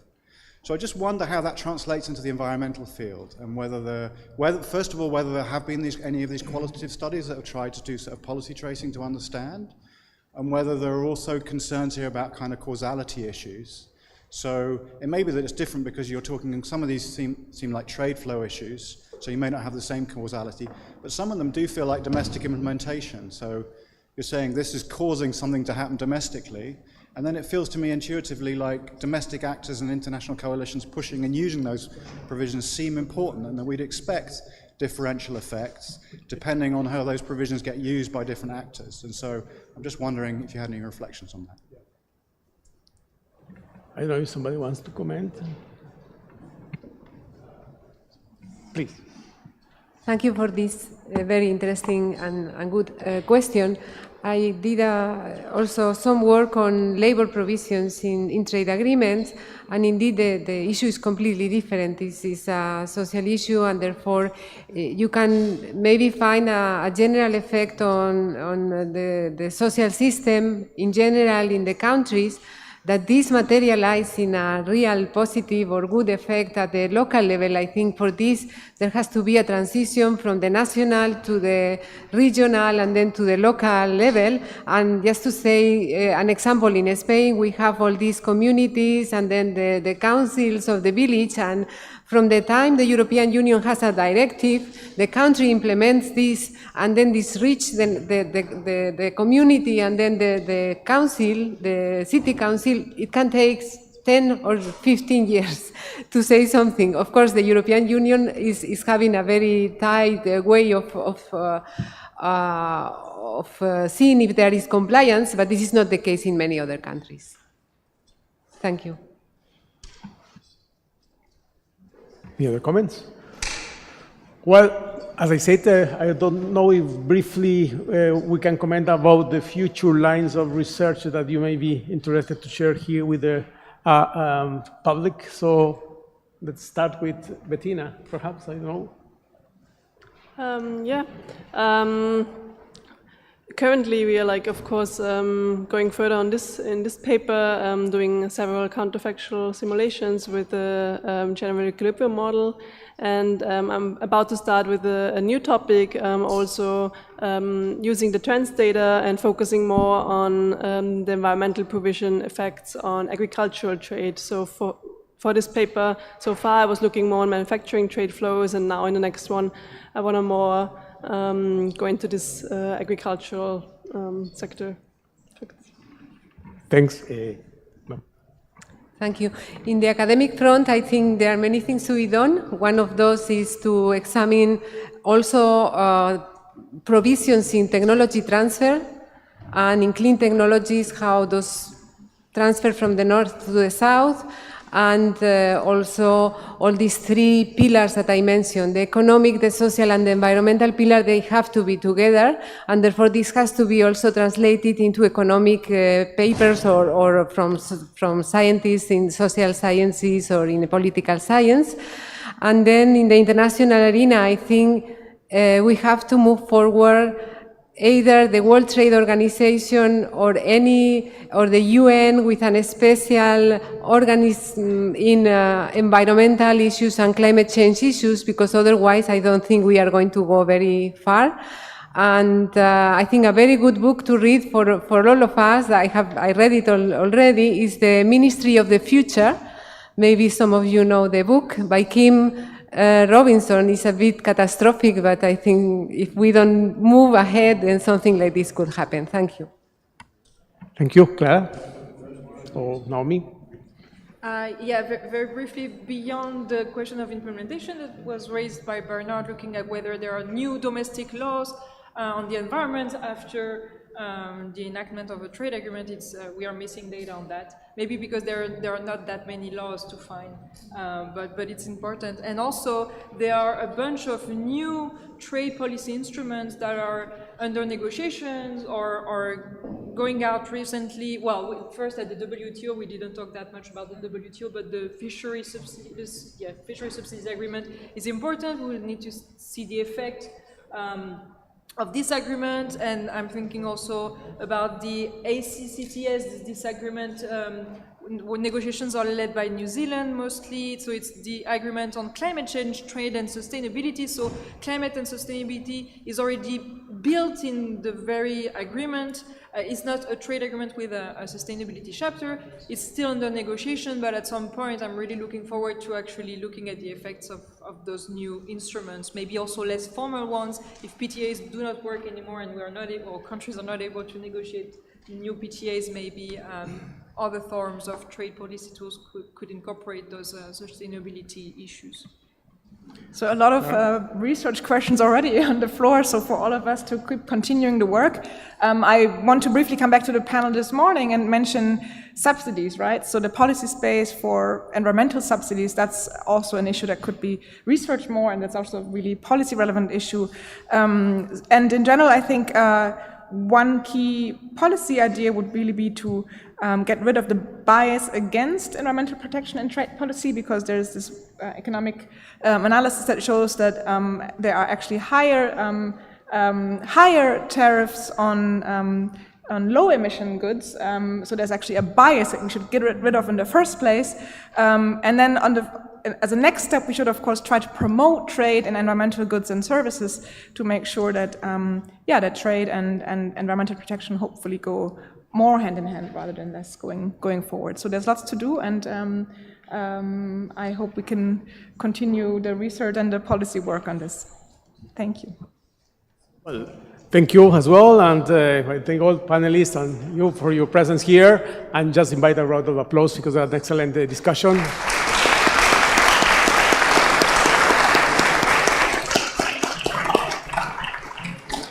Thank you very much. Have a good continuation of the conference.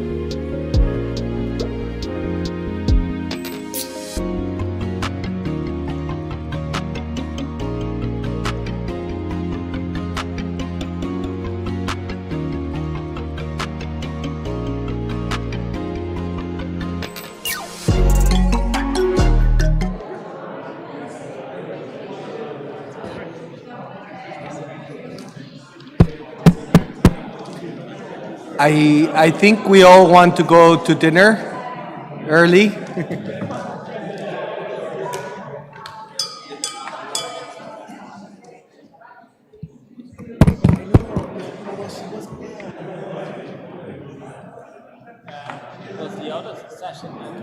I think one session hasn't ended.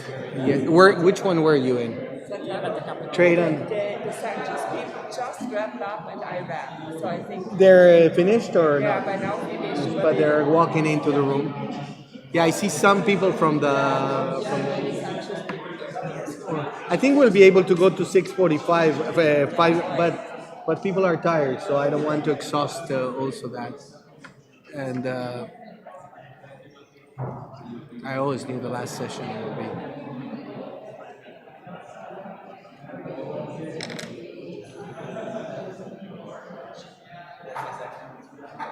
It's already many years that we know each other, Ashma. Yes. We should celebrate that Yes. friendship for many years. I think know, sometimes I think time of, passes so fast. I think of people who I meet regularly in conferences, and I have this platform for them to do this one, photograph, PowerPoint, of all of the various meetings that it's been many years. It's been many years. I would say already like Pre-COVID, 6 or 8 years, I think. I wouldn't say 8, but anyway. Good afternoon. Unless there's no more participants outside, we can start the last plenary session of the day, the last panel, which is always a bit hard. I think so. 1 second, some are coming.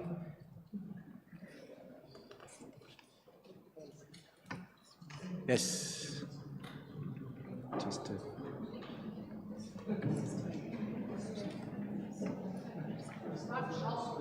Yeah, I'll start. People are coming in. So again, good afternoon, everybody.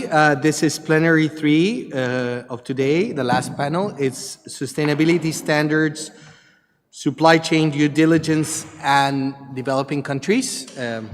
Thanks for coming. My name is Santiago Fernández de Córdoba.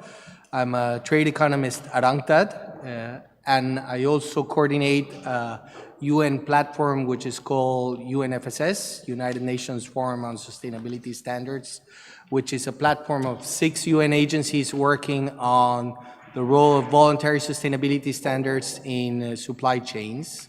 Specifically, those UN members are UNEP, UNIDO, FAO, ITC, UNECE, United Nations Economic Commission for Europe, and UNCTAD, which is the Secretariat of UNFSS. So today, it's going to be more of a policy panel. There's a lot of research that the people here have participated, and you can find most of the research related to voluntary sustainability standards either in their websites or in our websites in UNFSS, and probably there you understand a bit more what we're going to talk to you about in terms of how voluntary sustainability standards, a private instrument, gets involved in what is called more a sort of governmental trade agenda, international trade agenda. So today, this year's World Trade Forum is on non-economic objectives and international trade. And of course, we've heard a lot about those non-economic objectives of environmental sustainability and human rights in many other sort of previous panels. We even heard this morning about, the importance of sustainability standards and how they can sort of also have a strong impact on the way we deal with these non-economic instruments, non-economic objectives. So we want to give you a bit more information of what's going on in terms of how these voluntary sustainability standards have been moving into the more sort of regulatory agenda with regards to some instruments that are quite known today, which is probably referred to as due diligence. So what it is, the link of how a voluntary instrument has slowly become more of a regulatory instrument, and what is the impact in relation to those objectives that they pretend to achieve, those environmental objectives or human rights objectives, and more specifically, what is the impact with regards to international trade opportunities and development opportunities for developing countries. So the panel today I have with me, it's, I think you know them. On my left I have Arshna Neri from from Nehru University in India, professor in India. I also have Elizabeth Turk, who is director of Economic Cooperation and Trade at UNECE. I have Professor Axel Marx with us. He's the Deputy Director of the Center for Global Governance in KU Leuven. We have our friend Joe Wozniak, who is also Director at ITC Trade for Sustainable Development, and you all know also Madame Mercedes Arauz, who is also a professor at Universidad del Pacífico on quite renowned curriculum. But just to mention that also Mercedes with Axel and Bernard are co-chairs of the UNFSS Academic Advisory Council that met yesterday here in Florence, and we meet once a year to discuss the issues related to voluntary sustainability standards. So today's panel is going to basically build upon the reflections that we had yesterday among many of you that are here, but many that were not there. So with that, I have a couple of questions. I would like to give each of the panelists between 5 to 8 minutes, I guess, to maybe kind of build a bit the discussions around both voluntary sustainability standards, due diligence, and of course, international trade. I mean, maybe, Axel, let's start with you, as you can probably give us a background, a bit of what are we talking about in terms of the developments in the regulatory world with regards to due diligence, and how this will probably change the way we see voluntary sustainability standards in terms not only of WTO, but in terms of other sort of type of trade instruments. Over to you, Axel. Thank you very much, Santiago. Good evening all. Yes, on due diligence, we have been discussing a lot yesterday. We already heard a bit also in the room today, and it's this, let's say, new wave of regulatory instruments which tries to impose due diligence obligations on firms. And what we were basically talking about is the obligation of firms to look in their own operations and in their own value chains possible or identify possible sustainability and human rights risks. And they need to try to identify them, and if they find violations on some of these components, they need to address them and mitigate them. And the due diligence approach has been around for quite some time. In the financial sector, it's been around for a long time. More in the sustainability field, we saw our first application in the 90s with food safety laws, which put due diligence obligations on retailers selling food. But that was an initial application. Then, 10 years after, we saw some due diligence applications on transparency and reporting measures, and an example is the UK Modern Slavery Act and the California Act on Transparency in Supply Chain, and those were a few examples. And in terms of, let's say, regulatory impact, they were rather limited. But now in the last 5-6 years, we have seen a proliferation of due diligence applications. Some of them are very specific, some of them are more general, and we refer to them as human rights or sustainable development due diligence laws. In terms of the more specific ones, and we already mentioned a few today, I think, there are quite a number of regulatory instruments put out, mainly by the European Union, which impose due diligence. You had the early application in the EU timber regulation, but more recently you have the conflict minerals regulation, which includes due diligence commitments. There is the EUDR, the deforestation regulation, which was adopted recently, which provides obligation on firms to implement due diligence. There's the in June adopted batteries regulation, which also imposes due diligence obligations on firms to make sure that the environmental impact of battery production takes different international commitments into account, and so on. Besides these specific pieces of legislation, you have the more broad approaches to due diligence, and you have on a lot of countries now the development of what we call mandatory human rights due diligence. You have the French law, the Vigilance, which was adopted in 2017, and which puts requirements on large firms to identify human rights risks. The German government followed that up with a law adopted earlier this year, which applies to companies above 3,000 employees. There is currently the EU proposed directive on sustainable development corporate due diligence, which tries to harmonize a bit of the different activities going on in the member states. You have an initiative in the Netherlands, and so on. So in a nutshell, what we have seen over the last 5 years is proliferation of these measures.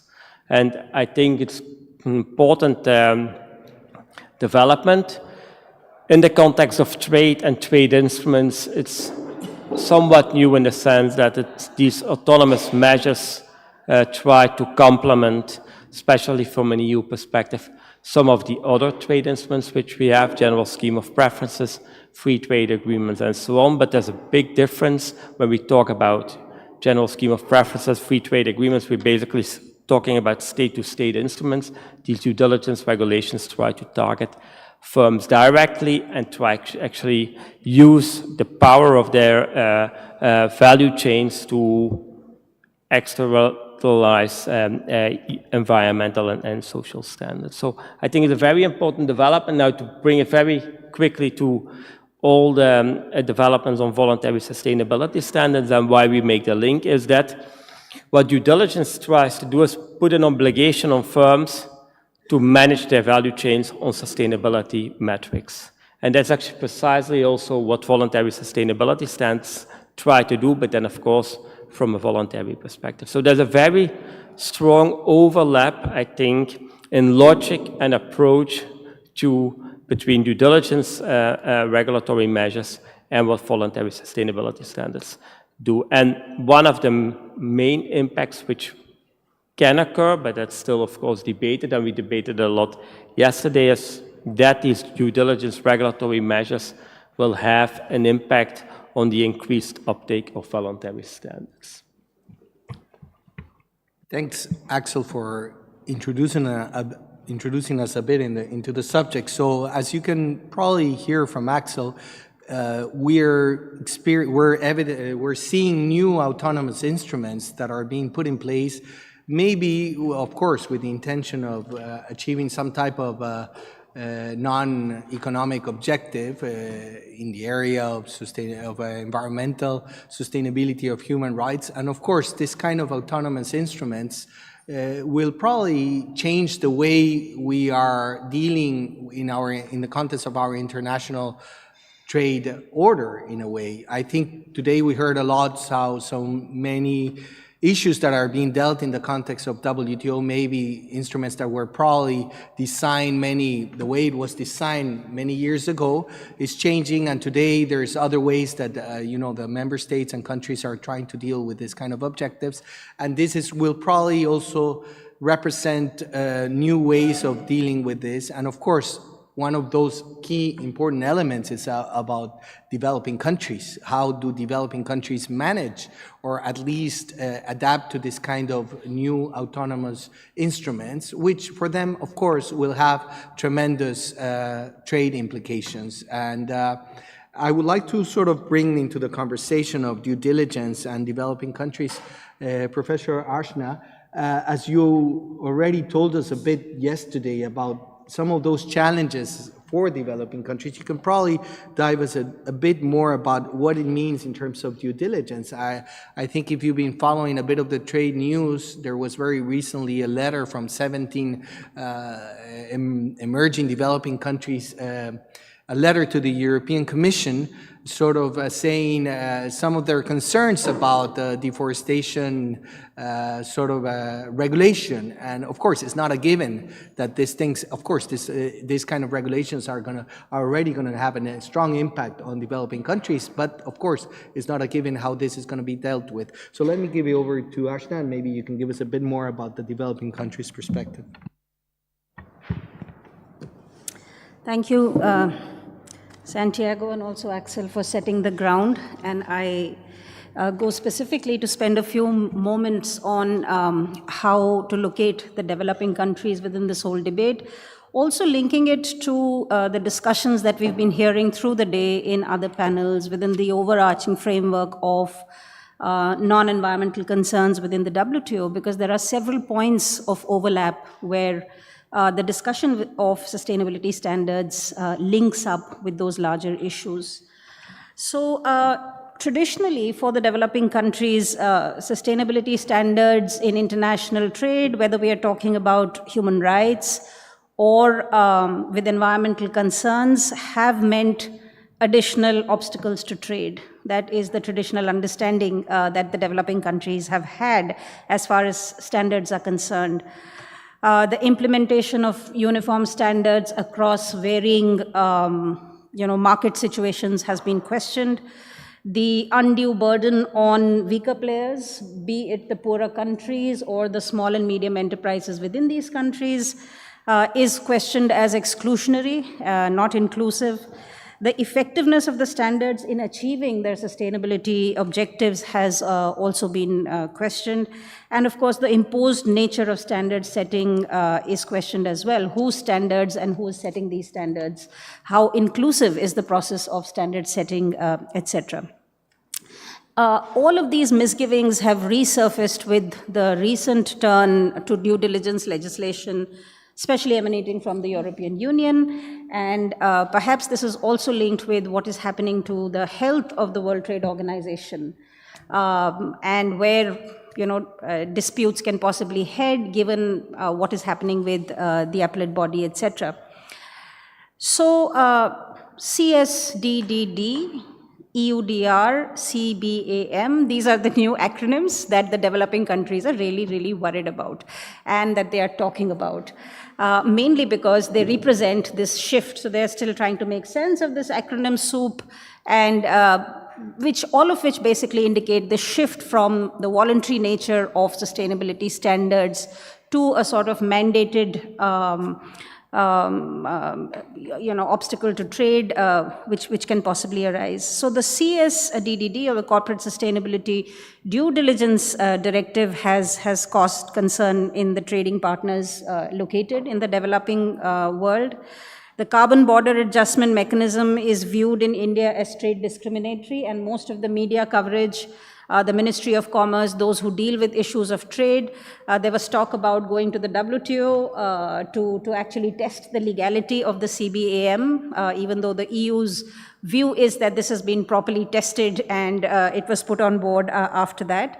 It would mean, it would have very high implications for a country like India, because it would mean something like a 20 to 35% tariff on imports of so-called high carbon products like steel, iron ore, cement, etc., all of which are extremely important sectors for India. On the EU deforestation regulation, which has entered into effect this year, this summer, a lot of the impacted agricultural products are also included in India's export basket. So naturally, there has been resistance that has been encountered, and Santiago, you mentioned the letter by several countries together. There's also the letter which originally came in through the WTO and which was addressed to the EU Commission, which very interestingly lays out. In fact, I had extracted some parts of it, but which I will not read out in the interest of time, but which really very nicely summarizes the core concerns that the developing countries have vis-a-vis a regulation which is mandatory in nature, such as the EUDR. So they are very briefly, talking about the disregard for local conditions as far as the exporters are concerned. They are especially critical of the benchmarking system, which is inherently discriminatory within this regulation. They visualize basically that this is going to lead to trade distortion and diplomatic tensions without actually achieving the sustainability objective or the environmental objective that the regulation seeks to address. There is a whole lot of exclusion, discrimination, which you repeatedly read about in various different contexts.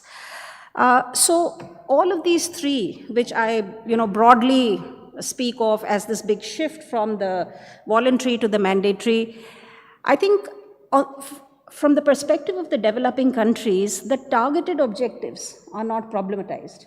So these countries are not really saying that, well, bringing down carbon emissions is not a concern, or deforestation is not a concern. They are repeatedly, in each of their interventions and responses to these due diligence regulations, repeatedly stating that we are very engaged with the processes that have been set up for these objectives, be it the Paris Agreement or the Sustainable Development Goals, etc. So the key problem really is the use of trade to pursue these objectives. That is what is being questioned, and this is natural given the asymmetries in trade power between the various trading powers of the international trading system. So I just want to point out that there are certain binaries that underlie these concerns of the developing countries. One is about unilaterally imposed versus multilaterally agreed upon measures for all of these very valid objectives, whether it is environmental protection or human rights protection. Second is the forum-related binary, whether it should be the human rights and environment protection mechanisms versus the trade-related body that should be looking at these aspects. Third is, of course, the older binary that we've been talking about so much, which is the voluntary versus the mandatory binary, and what that means for the developing countries. And last, and this is important, is that there is a distinction between standards or directives that are internationally imposed vis-a-vis domestic standards.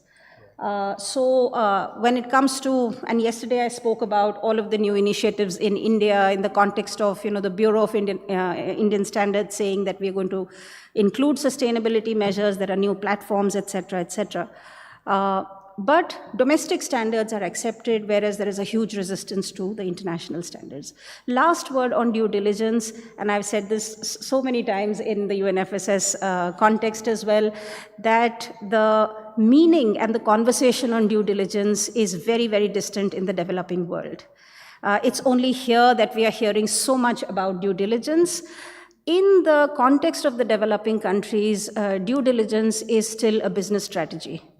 With absolutely no reference to either human rights or environment as part of it. So I think there is this really big gap that needs to be bridged before we really bring together these two parts of the world over these issues. Thank you, Santiago, and back to you. No, thank you, Ashna. It's a very rich comments in such a short time, but you're really bringing us to, in a nutshell, you're really the dichotomy that it has in terms of this kind of instruments from the north and the south, or from the developing countries and the sort of developed countries. But the question, of course, this is a trade conference, and we're talking about this kind of trade instruments. And just before this panel, I was having a discussion about the nature of this instrument of sustainability standards with relation to market access, market access conditions of exports and imports, and how it links. And the question was very simple. Is it because when it was a voluntary instrument, this market access sort of instrument to put your products, certified products, in developed country markets, it's a private issue. It's a private issue, but now, which has been around for a while, a lot of it developed by civil society, not necessarily governmental. But the moment this becomes sort of a regulatory instrument, the moment it becomes an instrument promoted by sort of governments in international trade, the whole game changes. And I also want to add to this, for example, the EFTA-Indonesia trade agreement, where it's quite well known that in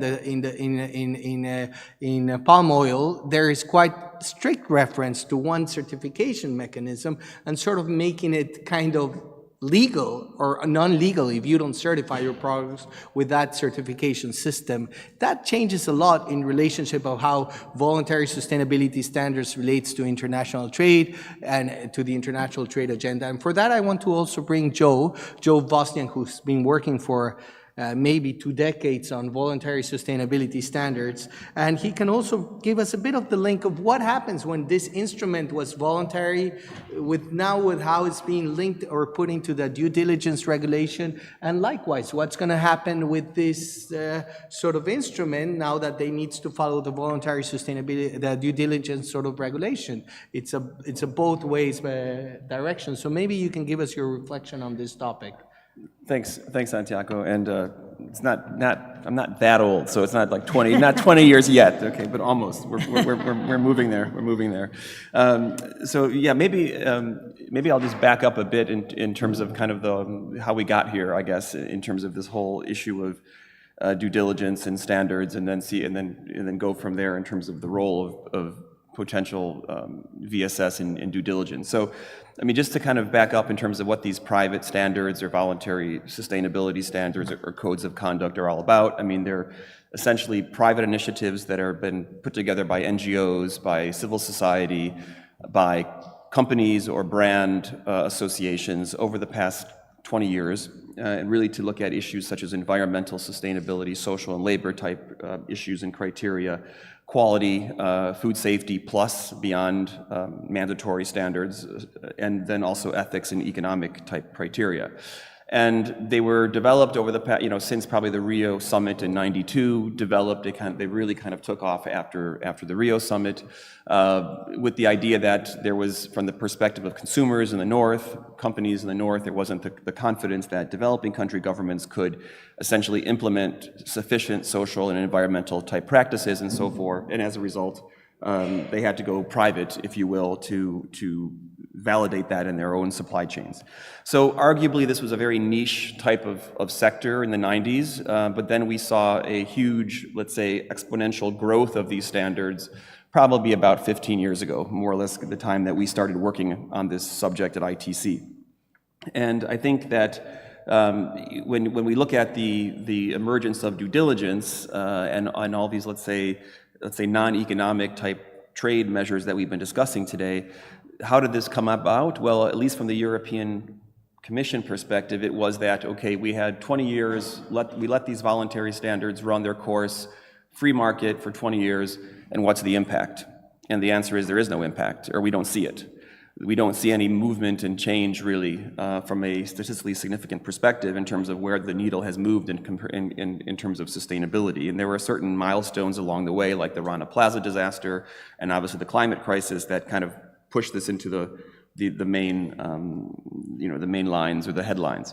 So how do standards relate? Well, I think it's important to kind of differentiate the two, because they're not, they're kind of like I'm not like an astrologist, but they're kind of like opposite zodiac signs, they're not necessarily compatible, right? But then again, you can put anything you want into the astrologer's mix and find probably areas where they do come together, right? So, we can talk about a Libra-Pisces combo, and this could be a VSS with a mandatory type due diligence approach. But there are differences. So, for example, the voluntary standards were really conceived to be, putting it bluntly, kind of outsourcing sustainability. Okay, if I'm a lead firm and my consumers want social and environmental protections, I don't have the setup in my corporate structure, the cost structure, to have a sustainability department, so I'm going to outsource it to a fair trade or a Rainforest Alliance or whatever standard. And then I'll certify my products that are of interest, and then I will use that standard on my products as a label. That was really kind of the way that things started off, and has been more or less the way things have moved, with some different changes, notably these kind of industry codes of conduct that are more or less recognized by large international brands, both in the agriculture or the fast consumer goods moving market, and also textiles and apparel. So I can guarantee 100% of you are wearing clothes from European retailers like H&M, C&A, Zara, Inditex, Benetton. Those clothes have gone through a verification process for, I'm sure, a social and labor audit. And probably the coffee we drink at lunch, probably 80% chance that coffee is certified by some standard. So they have gone, I would say, quite mainstream. But again, the difference between these standards and the due diligence is that many times the standards are looking at a specific tier of the value chain. They're looking at tier 1 producers of clothing, or they're looking at the coffee producer in Nicaragua, or they're looking at the cocoa producer in Ghana. They're not necessarily looking beyond that footprint. Some standards are different, they cover more of a value chain approach. So due diligence is different because it implicates the firm. It implicates the lead firm in making sure that their upstream supply chain are implementing social and environmental types of practices, which is a complete difference from the voluntary standards approach that really outsources it and maybe looks at limited areas of the supply chain. Second of all, I think the issue is that when we look at the due diligence approach, there are points like grievance mechanisms, identification, mitigation of risks, and reporting long-term, and also continuous improvement that are not necessarily enshrined in certain VSS. Now, given that this whole kind of standards movement is now confronted with this, let's say, regulatory change, how are they dealing with it? Well, some standards are definitely making changes. I do also think that there are potential areas where the standards experience 20 years of developing criteria, 20 years of testing and kind of, say, updating or innovating based on field results, based on actual implementation, there is a lot to learn from the standards experience. And many of these standards, especially those that are part of the ISEAL Alliance, have a certain credibility because they are, let's say, supported by credibility principles. So I think there is things to learn. I think that also when you look at the implementation of this due diligence law in the future, it's just a regulation, right? It's just a text. So it has to be operationalized. The question is, how are you going to do that, right? And so if there's anything that's already kind of, let's say, ready to go, it is the voluntary standards. They are there, as opposed to other different, or codes of conduct, I should say, that are there as opposed to other instruments. So in that sense, I think there is potential. I should also caveat that in terms of, we have to be specific here in terms of looking at these different regulations, because the CS3D, or the Corporate Sustainability Due Diligence Regulation, they have already, the European Commission has already said that voluntary standards, codes of conduct, can be used as accompanying measures, meaning the door is open for them to be applied, which is good for SMEs, producers that have already been certified or verified, because they're already, I don't want to say they're locked in, but they're already ahead of the game in some ways. That does beg the question, though, of those that are not certified or verified, are they locked out? And will that cause trade diversion, which is a huge potential. On the deforestation regulation, there it's different, because the Commission has said, at least at this point, that standards will not be applicable. So if I'm a rainforest certified producer of coffee in Guatemala, the deforestation criteria in Rainforest Alliance will not count toward Guatemala's ability to conform to the legislation when the product arrives at the EU customs gate. So there's an issue there, and I think also to cite my colleagues who have spoken before, it is a huge market access issue potentially. So that's just to say. And then the last point is, in terms of the CS3D, or the due diligence directive, it's also different than the deforestation directive, because while voluntary standards can be perhaps used as an accompanying measure, the CS3D will once it's approved internally by the Parliament, will then be sent to the individual European Union nations for their own domestic implementation in national law. So, law in Finland and in Sweden and Germany and Spain and Greece, etc. And so there we can expect, I would imagine, a differentiated implementation of these different, of due diligence. So one country may place more of an effort in terms of compliance, in terms of also fines and other types of measures, that when non-compliances are found than other countries. So that's also a risk. Is there could be a race to the bottom, where certain EU countries that don't have maybe rigorous implementation type mechanisms, you find a shift toward, let's say, sourcing from those countries. But I'll stop there for now. Thanks. No, thanks, Joe. I think you have touched on many issues about voluntary sustainability standards as an instrument. And I think we need to sort of put into in our minds, two categories. One is if the effectiveness of this instrument to achieve the objectives that they claim, in essence. And for that, we're not going to discuss too much. I will just let you go to the literature. We have enough literature in UNFSS. We have our flagship last year, which cover about the effectiveness with regards to social issues, with regards to sort of the environmental implications, and there's mixed results. I'm not going to say more, because like in everything, there's mixed results. So we can also take the claim that yes, we're going to achieve those environmental objectives of no. The second issue is more related to trade and market access. Of course, there the question is, if the small producer from a developing country can put its products in the shelves in a developed country where it's going to get at a price premium, some of the selling those products. And of course, there the question is more related to the supply chain and who is the sort of retailer that's putting what conditions it's putting so that the developing country producer can export these products. But this also gives us a lot of questions about what is the role of what kind of order we can put into this kind of world of sustainability standards. And here I would like to refer to two things. One thing is, first, when this issue started popping up in the international agenda, some countries came to the UN and it asked us, look, this is not being dealt in the WTO. This is not being dealt in many other issues. Help us provide some transparency. And of course, international institutions have a sort of validity to provide some transparency. And there I would like also to call on Elizabeth. She directs the division which has dealt for many in UNEC for many issues with standards. You know, there's many standards that have emerged from UNEC, and of course they also deal with sustainability standards. So maybe you can give us a little bit of your sense of this and how it moves into where to find some type of comprehension about this world of sustainability standards and due diligence with regards to the role of international agencies and how countries can deal with this. Can you please give us your views on this? Many thanks, Santiago. And it's nice that you refer to my role as UNECE, where I'm directing the trade-related work, but I'm super happy also this year to be chairing UNFSS, and I really think that the forum like what we are having here, the United Nations Forum on Sustainability Standards, we do have a role to play in this regard. It's lovely to be back at the European University Institute. I was thinking this morning, I think it was in '98 that I attended my first trade law conference here. And so things have evolved quite a bit since then.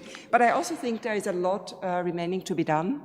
And the questions we are addressing are really important ones. And thinking about what was said on this panel, so these voluntary sustainability standards that we have looked at in UNFSS for some time, through this due diligence approach, they're really getting a totally new function. It's sort of this from soft to hard approach.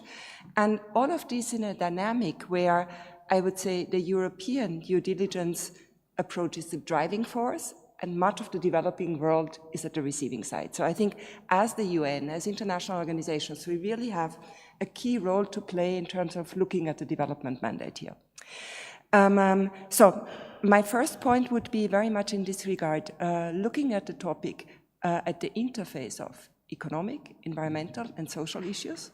That's actually, from a UN perspective, exactly what the SDGs are trying to do. The Sustainable Development Goals, the goals that all UN member states have agreed upon, and that we are pursuing with a timeline in mind, and where we have just seen at the recent SDG summit in September this year that we are seriously lagging behind.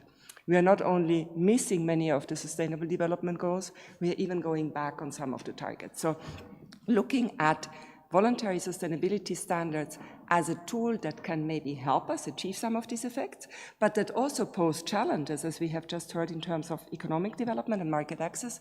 I think that's really for UN organizations like one of the key issues to look at, and I'm very happy that we can do this in UNFSS, and I'm extremely pleased that UNCTAD is doing that, and obviously also the UN economic commissions, the other ones, the ones for Africa, for Latin America, for Asia, and also ESCO right now. Now, so the second question, what international organizations or the UN could be doing is what type of activities, how can we contribute? And I think this morning we had some great examples from Marion Jansen directing the trade work at OECD about the type of analysis, the type of databases, the type of very structured decision-making pattern support they are offering in OECD. And I see many parallels to what is happening in the UN system, where we also have sort of different pillars of activities within which we can look at VSS and trade and non-trade objectives. So the first one clearly here would be the pillar of research and analysis. And Santiago, great that you have referred to the UNFSS flagship that was produced several times already. And I would like to mention here again what you said. When we looked at voluntary sustainability standards and the impact in the flagship that came out last year, we really I think we were an honest broker, and we showed the very mixed results. And I think it's extremely important that UN publications and UN research, together with academia, what we discussed yesterday at the Academic Advisory Council, that we are sort of like putting forward research and analysis, and that we are the honest broker, and that we are also taking a developmental approach in this. Second type of activity, role for international organizations and the UN clearly is the technical assistance and capacity building. And here I think UNCTAD is at the core. It's great to see many UNCTAD colleagues here in the room as well. But if we think about the partner agencies in UNFSS, It's great to have Joe from ITC with the concrete export promotion here on the podium today. And it was also very, very helpful to have UNIDO with the capacity building work on industrial policy with us yesterday. So I think, again, UNFSS, it's a nice combination of different angles of the different organizations that we can bring, and all of them having a strong capacity building angle. And the third pillar, after research and analysis and technical assistance and capacity building, clearly is the normative, the standard setting, and the intergovernmental and consensus building.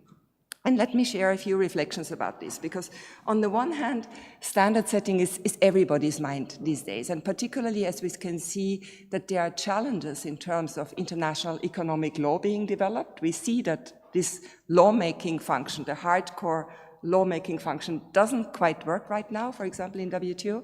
So international standards, the soft law approach is really, really, I think, getting increasing prominence. And the voluntary sustainability standards are just an example here.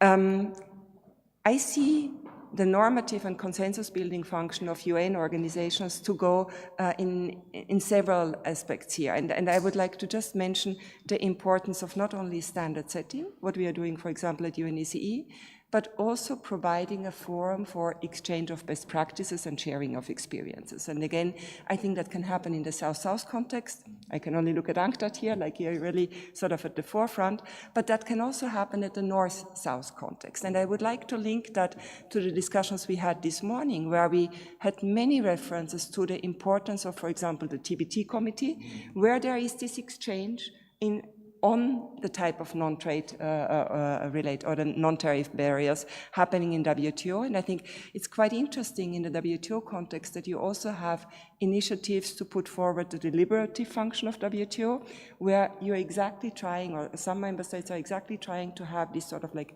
space for sharing views and for engaging. And I think that's really, really needed. Now, obviously, in the UN context, there are many processes dealing with this interface between economic and non-economic issues. Just think about plastic pollution. Think about the COP on biodiversity. Like everybody talks about the climate COP, very important, but we also have the COP on biodiversity. And on all these issues, plastic, biodiversity, climate, obviously we are talking economic, non-economic, and the interface. So I do think that the UN really has a role to play. And to wrap up my comments, I'd like to even take another step back and say multilateralism has a role to play right now. And it's difficult to say because we see the multilateral system sort of like facing challenges on the economic side, but obviously also on many other sides right now. But still, I would like to close my remarks by saying there is a strong role for multilateralism, particularly on environmental issues, because we are all sharing the same planet, so we can only find joint solutions. But this multilateralism needs to be inclusive, and here I'm looking again at the development dimension. It needs to be an inclusive multilateral process where the development voice can be heard.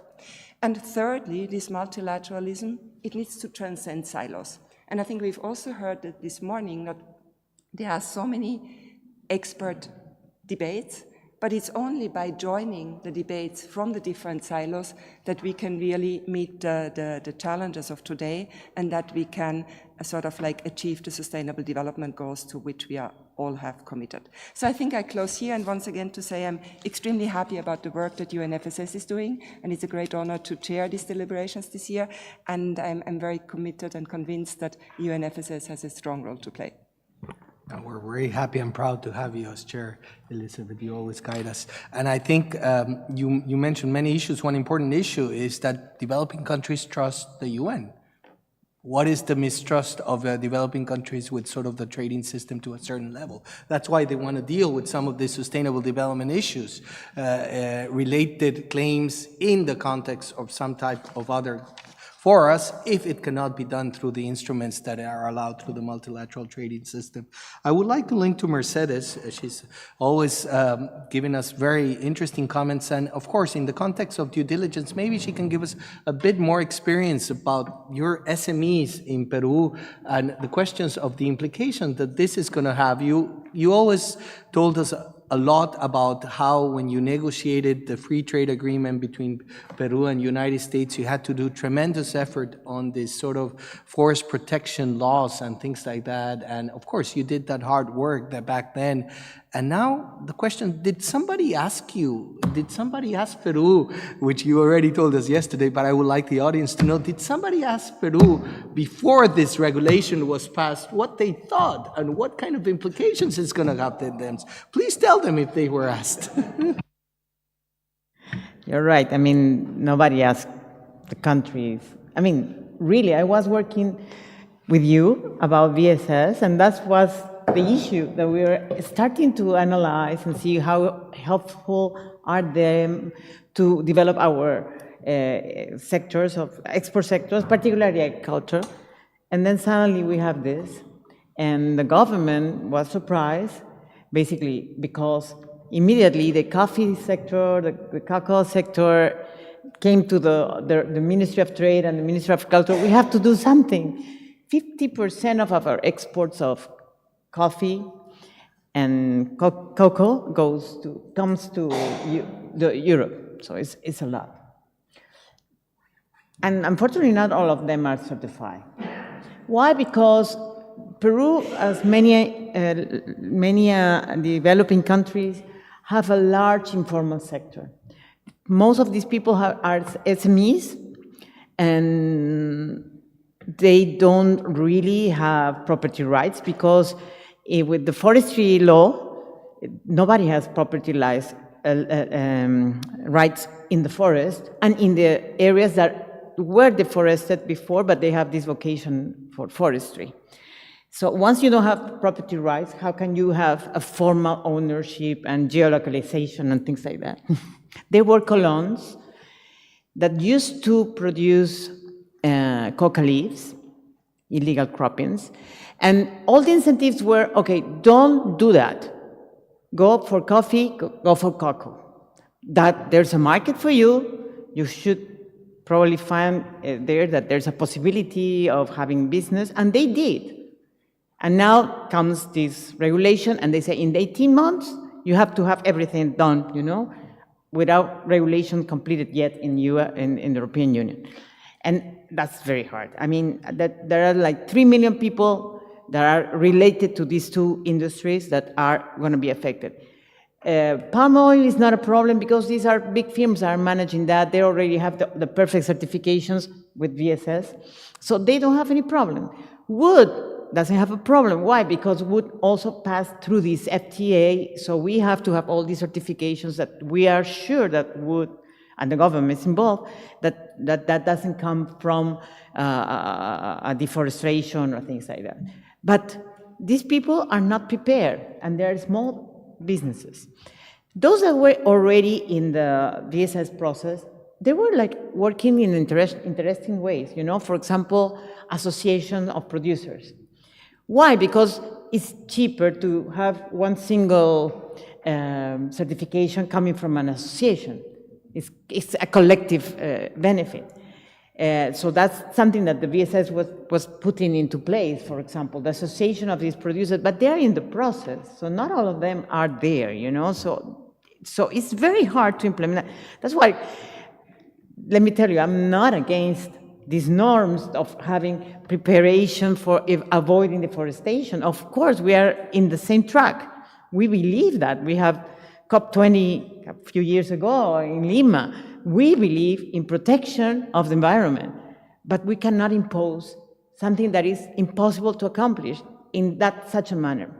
Somebody in the previous panel I was saying, no, yeah, we have this free trade agreement with I think it was with Vietnam and the European Union, and I found it interesting. It's through the process of these agreements, bilateral agreements, not imposed, and say, no, you have to take it. No, it's not taking our living. I really love avoiding deforestation, but it's help us to do it in the right manner, you know, because these people are going to be affected. And what do we want them to go back to? Illegal croppings, to illegal mining?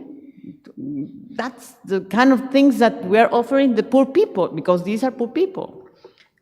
Trade was an opportunity for them, and that's why I'm focusing on that, you know. So I think the FTAs We're an interesting way to do it. Of course, if we want to have a reform, we'll do it. The government should have to take care of this. Probably we'll have to have some reforms in the forestry law to allow some kind of property rights that allow them to get some credit and then find some way to finance all the machinery they have to have for geolocalization and things like that, hopefully.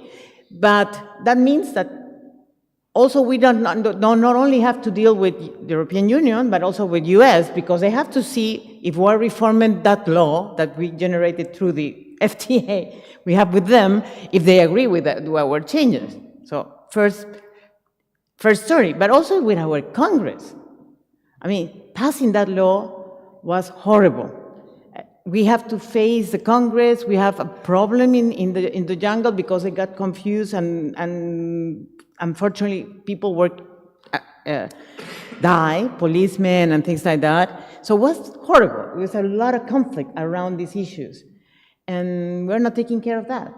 We're not observing what is the reality in the territory. So that's what is important to have. And it's not only a problem for Peru. 17 countries have already signed a letter, and the ambassador is around, the ambassador of Ecuador is around here, so he can tell about that letter, in which they say, in our situation, we cannot accomplish this in such a short time. So reforms takes time.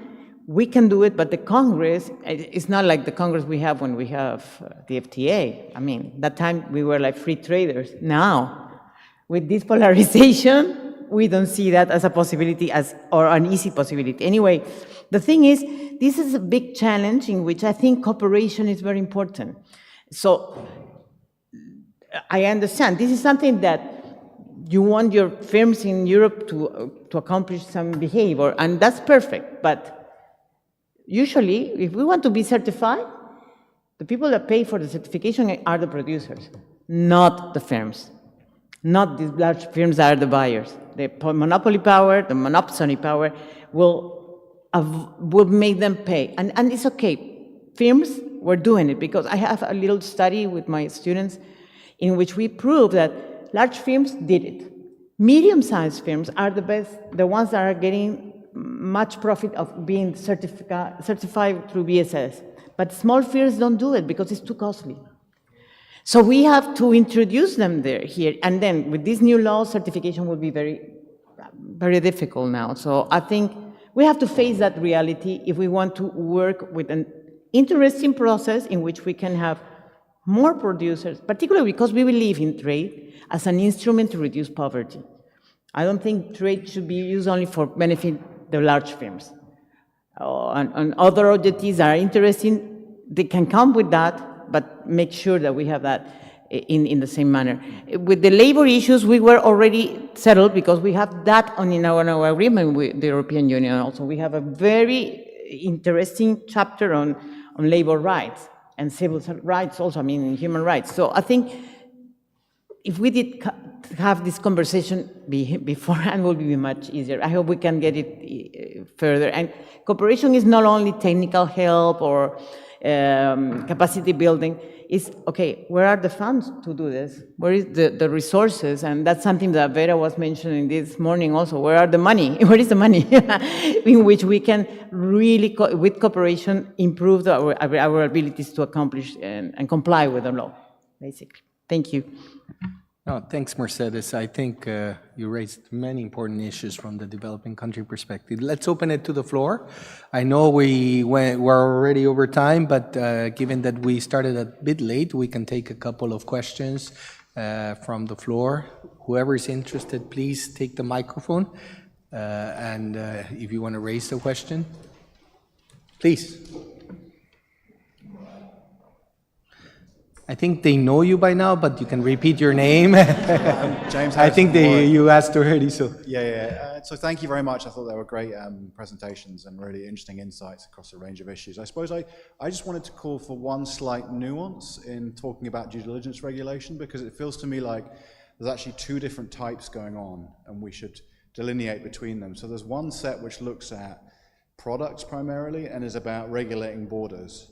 So it's about you can't come in unless you have deforestation-free products or without forced labor. And then there's another set of due diligence stuff, the due diligence regulation at the EU level, which is about the firm level, and saying the firm has to report on its human rights and environmental issues in its supply chain. And the trade-related aspects of that are more complex, I think, and we need to unpack those a bit more carefully. And also there are countries like Brazil and Colombia that are considering bringing in that kind of legislation as well. So it looks less obviously the sort of binary dynamic. So I think, thinking a little bit more about those two different kinds of regulations and their differential effects might be helpful for the future debates. Thanks, James, for the clarification. It's very important for the audience to understand a bit of the difference. Any other comment that might come into mind? Huh? Everybody's very tired.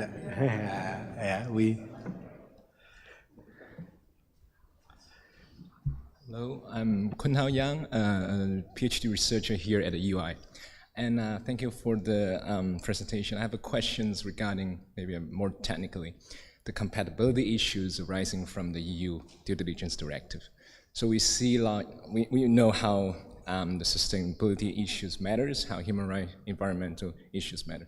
But when it comes to we just mentioned that more multilateral efforts may be needed in the futures for this to address the issues. But right now, maybe the unilateral one is more feasible for us. But if EU adopted this directive in the future, I'm wondering that would this, you see the directive relies on the private sectors, the companies, to implement, to fulfill their due diligence obligation. And then the suppliers in China, in Vietnam, in Xinjiang, if they want to continue to be a part of the supply chain, they have to comply with the standards provided by the directive. And you see it de facto improve or enhance the standards of human rights, environmental issues in third countries. So I'm wondering if this kind of unilateral way would occur any compatibility issues under FTA and maybe under the WTO rules. And for example, under the EU-Vietnam FTA, there was a chapter of sustainability chapter, and you see the EU directive of due diligence actually include dozens of international environmental and human rights conventions in it. Then it de facto arise the requirements for the chapters under FTA. So would there be any compatibility issues between the EU domestic law with these bilateral and multilateral legal instruments? Yeah. Thank you. Thanks for the question. Do you want to, Axel or Joel, you want to take it? I'm not a trade lawyer, but I would venture to say that under GATT Article 20, there is leeway for these types of standards, environmental standards for national purposes, right? And so I think that opens the door. And then second of all, if there is more than one route, to comply with the standard, and this gets to the issue of VSS. I mean, if there's only one standard, then there's really nowhere else for producers to go. But if there are multiple ways by which those exporters can demonstrate compliance through a variety of standards that could be harmonized or benchmarked or whatever to the law, that could be another route. So I mean, I would say there may be challenges, but I think at this point there seems to be an opening. Second point is that there has been testing before in this, and in a sense, I think it was mentioned by Santiago earlier in terms of the Swiss FTA with Indonesia for palm oil, where the Swiss government did a benchmarking of several different standards, and they have a basket of initiatives, including RSPO, that are essentially the standards of record to be used for Indonesian exporters importing palm oil into the Swiss Confederation. So I think these types of precedents, if you will, open the door for the due diligence type requirements that are expected. Thanks. If I can add one element, because I think you made an important remark, is that these risks which need to be identified in the due diligence requirements and the standards also are not new ones. As you rightly pointed out, they are listed in an annex and in reference to all types of international conventions.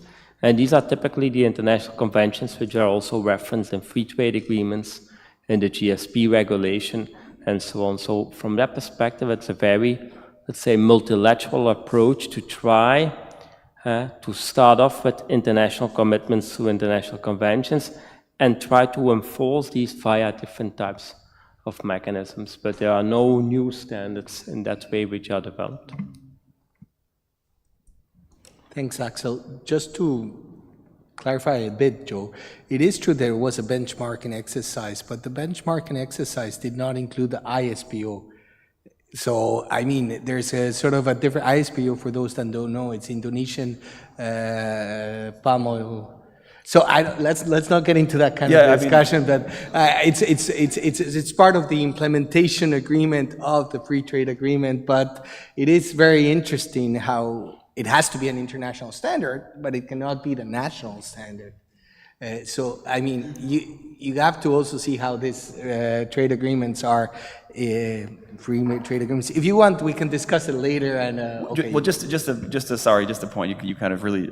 I just have to respond to that just briefly. But so I mean, that was obviously a certain analysis that was done. I think it was done by WWF in terms of the benchmarking. But again, when we look at these standards, it's important to note that, you know, a standard is again, it's a standard, right? They have criteria, and so they can have any criteria, but the rubber hits the road when the standard is implemented on the ground. And who, you know, how is the standard implemented? How is the conformity assessment completed? Who audits the auditors? There's a lot of questions that go into the credibility of a standard. You could have a beautiful standard, and that's where the greenwashing issue comes into play. And so, not saying anything about ISPO, but you know, it's an important component here, and that I think going forward, whether it's deforestation or whether it's CS3D, we have to be able to look at what undergirds the standard in terms of the implementation mechanism and how that is assessed, because that also gets back to the impact question. And then just to, I'm sorry, I'll be a bit shameless here, but I have to, you know, but if you're interested in learning about all this kind of stuff, I recommend you look at the Standards Map website. It's standardsmap.org, which gives you more or less 360 plus initiatives and will allow you to compare and contrast criteria and implementation guidelines for these standards. Thanks. Thanks, Joe. Yeah, and I will say something very shortly. What is interesting of the standards is that during the last years, they're improving their governance. How? Bringing the producers to the table. So when you have the producers in the table, and we have that experience in Peru, you kind of tropicalize, if we can call it like that, the standardization process, and it's much better. You have all this information that is coming from bottom up, you know, which is interesting. So I think that is different when it comes from a unilateral decision and you don't have the possibility to talk and have a conversation on that. Thanks. It's very interesting. As you can see, there's not a total agreement on how this issue should be managed, and it's different ways how it's being dealt inside bilateral trade agreements, preferential trade agreements, or inside the multilateral trading system. I know Bernard is asking to close the day. I think it's very long. Mateo has a question, and after Mateo, I'll ask the panelists, unless there's other questions. And Mateo Rupel, and then I will ask the panel speakers. I'll ask a question to you all, and then we can sort of address also that. Mateo. Sorry. Matteo Fiorini from the OECD. So to sum up, my reading of this is that VSS can help both trade agreements and unilateral initiatives by providing, you know, implementation mechanisms that are already in place. You know, there are potential benefits in these, in the strategies that sort of think about interacting with VSS. But there is an issue of legitimacy that is coming up, and so my question is, I'm familiar with the work of ICO that is a standard that is there to create this legitimacy, and I was wondering, to what extent do you think that public policy should enter in this area and sort of regulate this industry of VSS. Do you see this as a potential source of a big mess, or? Thanks, Matteo. We'll get the chance to answer in your last comment. Ruval. Sorry, I just have a very quick comment, because we talk always of international standards, RSPO, MS, like all the ones fair trade, which is more talked about.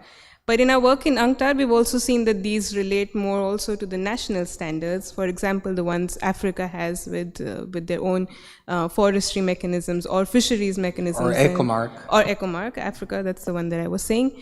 But there is no recognition that happens for these standards. However, they're more closely related to the national scenarios and landscapes. So my question is for the whole panel, like, do you think if we still eliminate the international standards, there's a role for national mechanisms and national standards to play?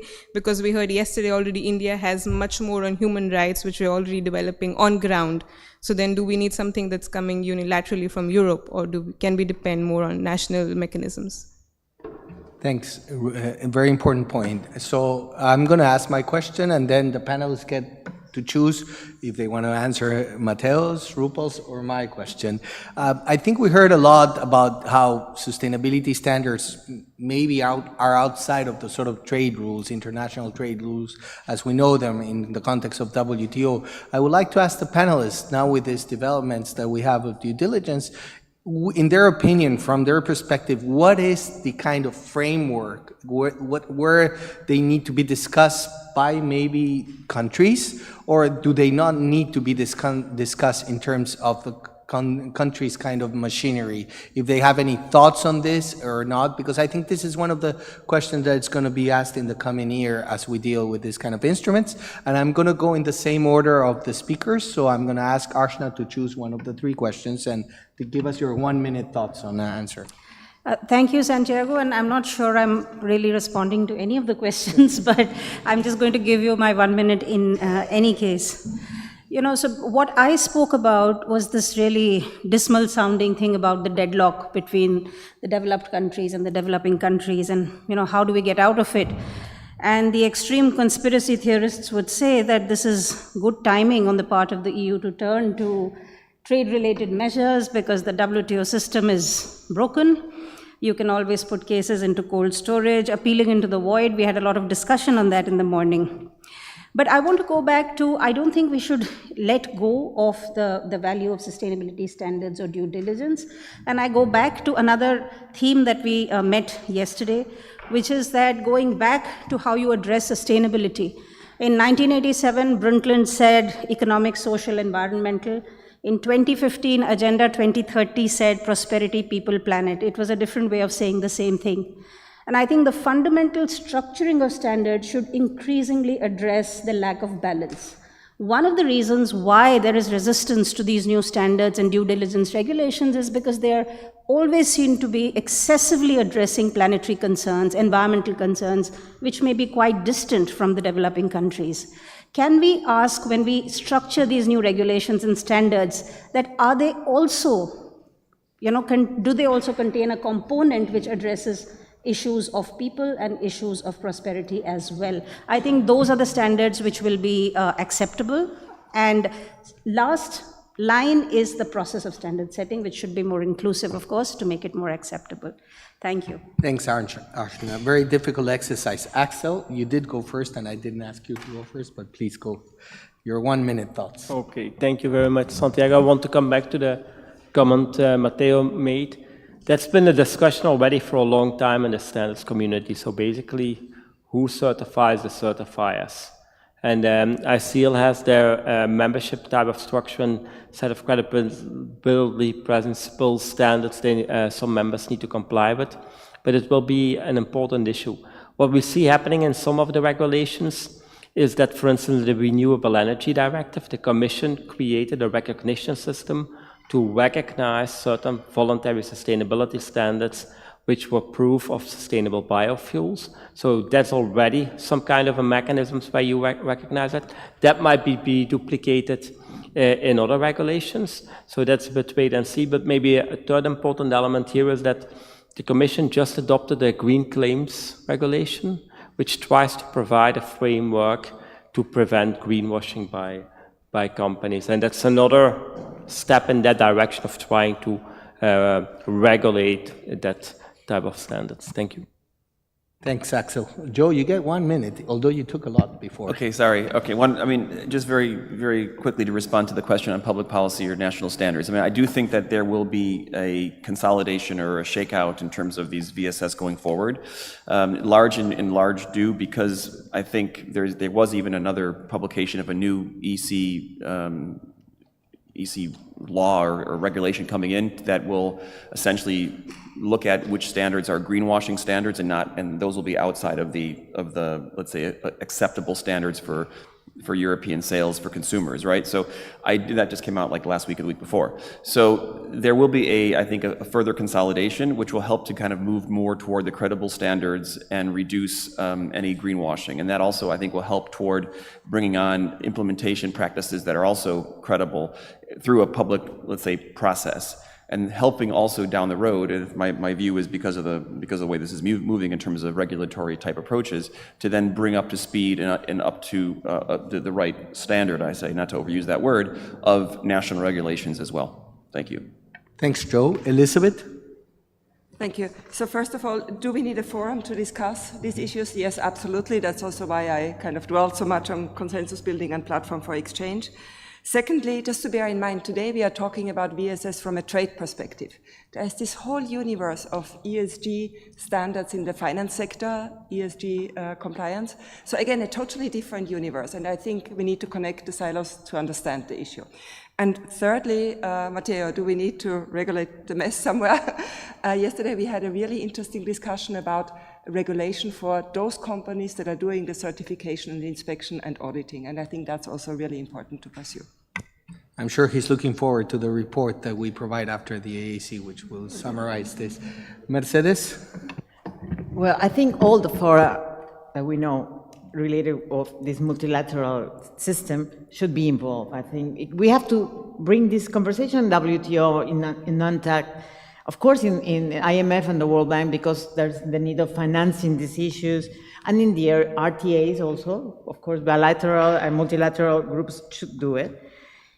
And we have to think of ways of cooperation, really, because, I mean, it's very hard to say we have to cooperate in this polarized world right now, but the reason of cooperation is that we can really know each other and trust each other and build something that works for everybody.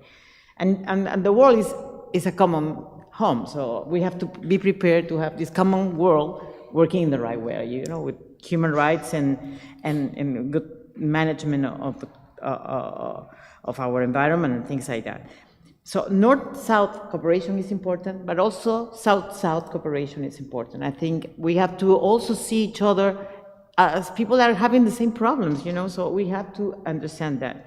And Inmaculada pointed out very clearly this afternoon, sustainability is not only environment, it's not only social, it's economic too. So we have to bring future to the people, a livelihood. So we have to make sure that our people are happy having these new regulations coming in. Thank you.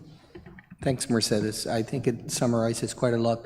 I think the question is, it's not about we want to leave our children a better planet. At this stage, is we want to leave our children a planet. That's it, in a way. But I want to conclude by telling you that the UNFSS publishes a flagship publication every 2 years, and we're going to start working on the next one that will probably be released next year. We'll touch on this issue of due diligence and sustainability and the international trading system. So we can probably come back to you, and maybe we can say that we answer the questions that we asked ourselves today in this panel. With that kind of research, we can present to you in a year's time. So Bernard is going to invite us for dinner. Thank you very much. Thanks to the panelists for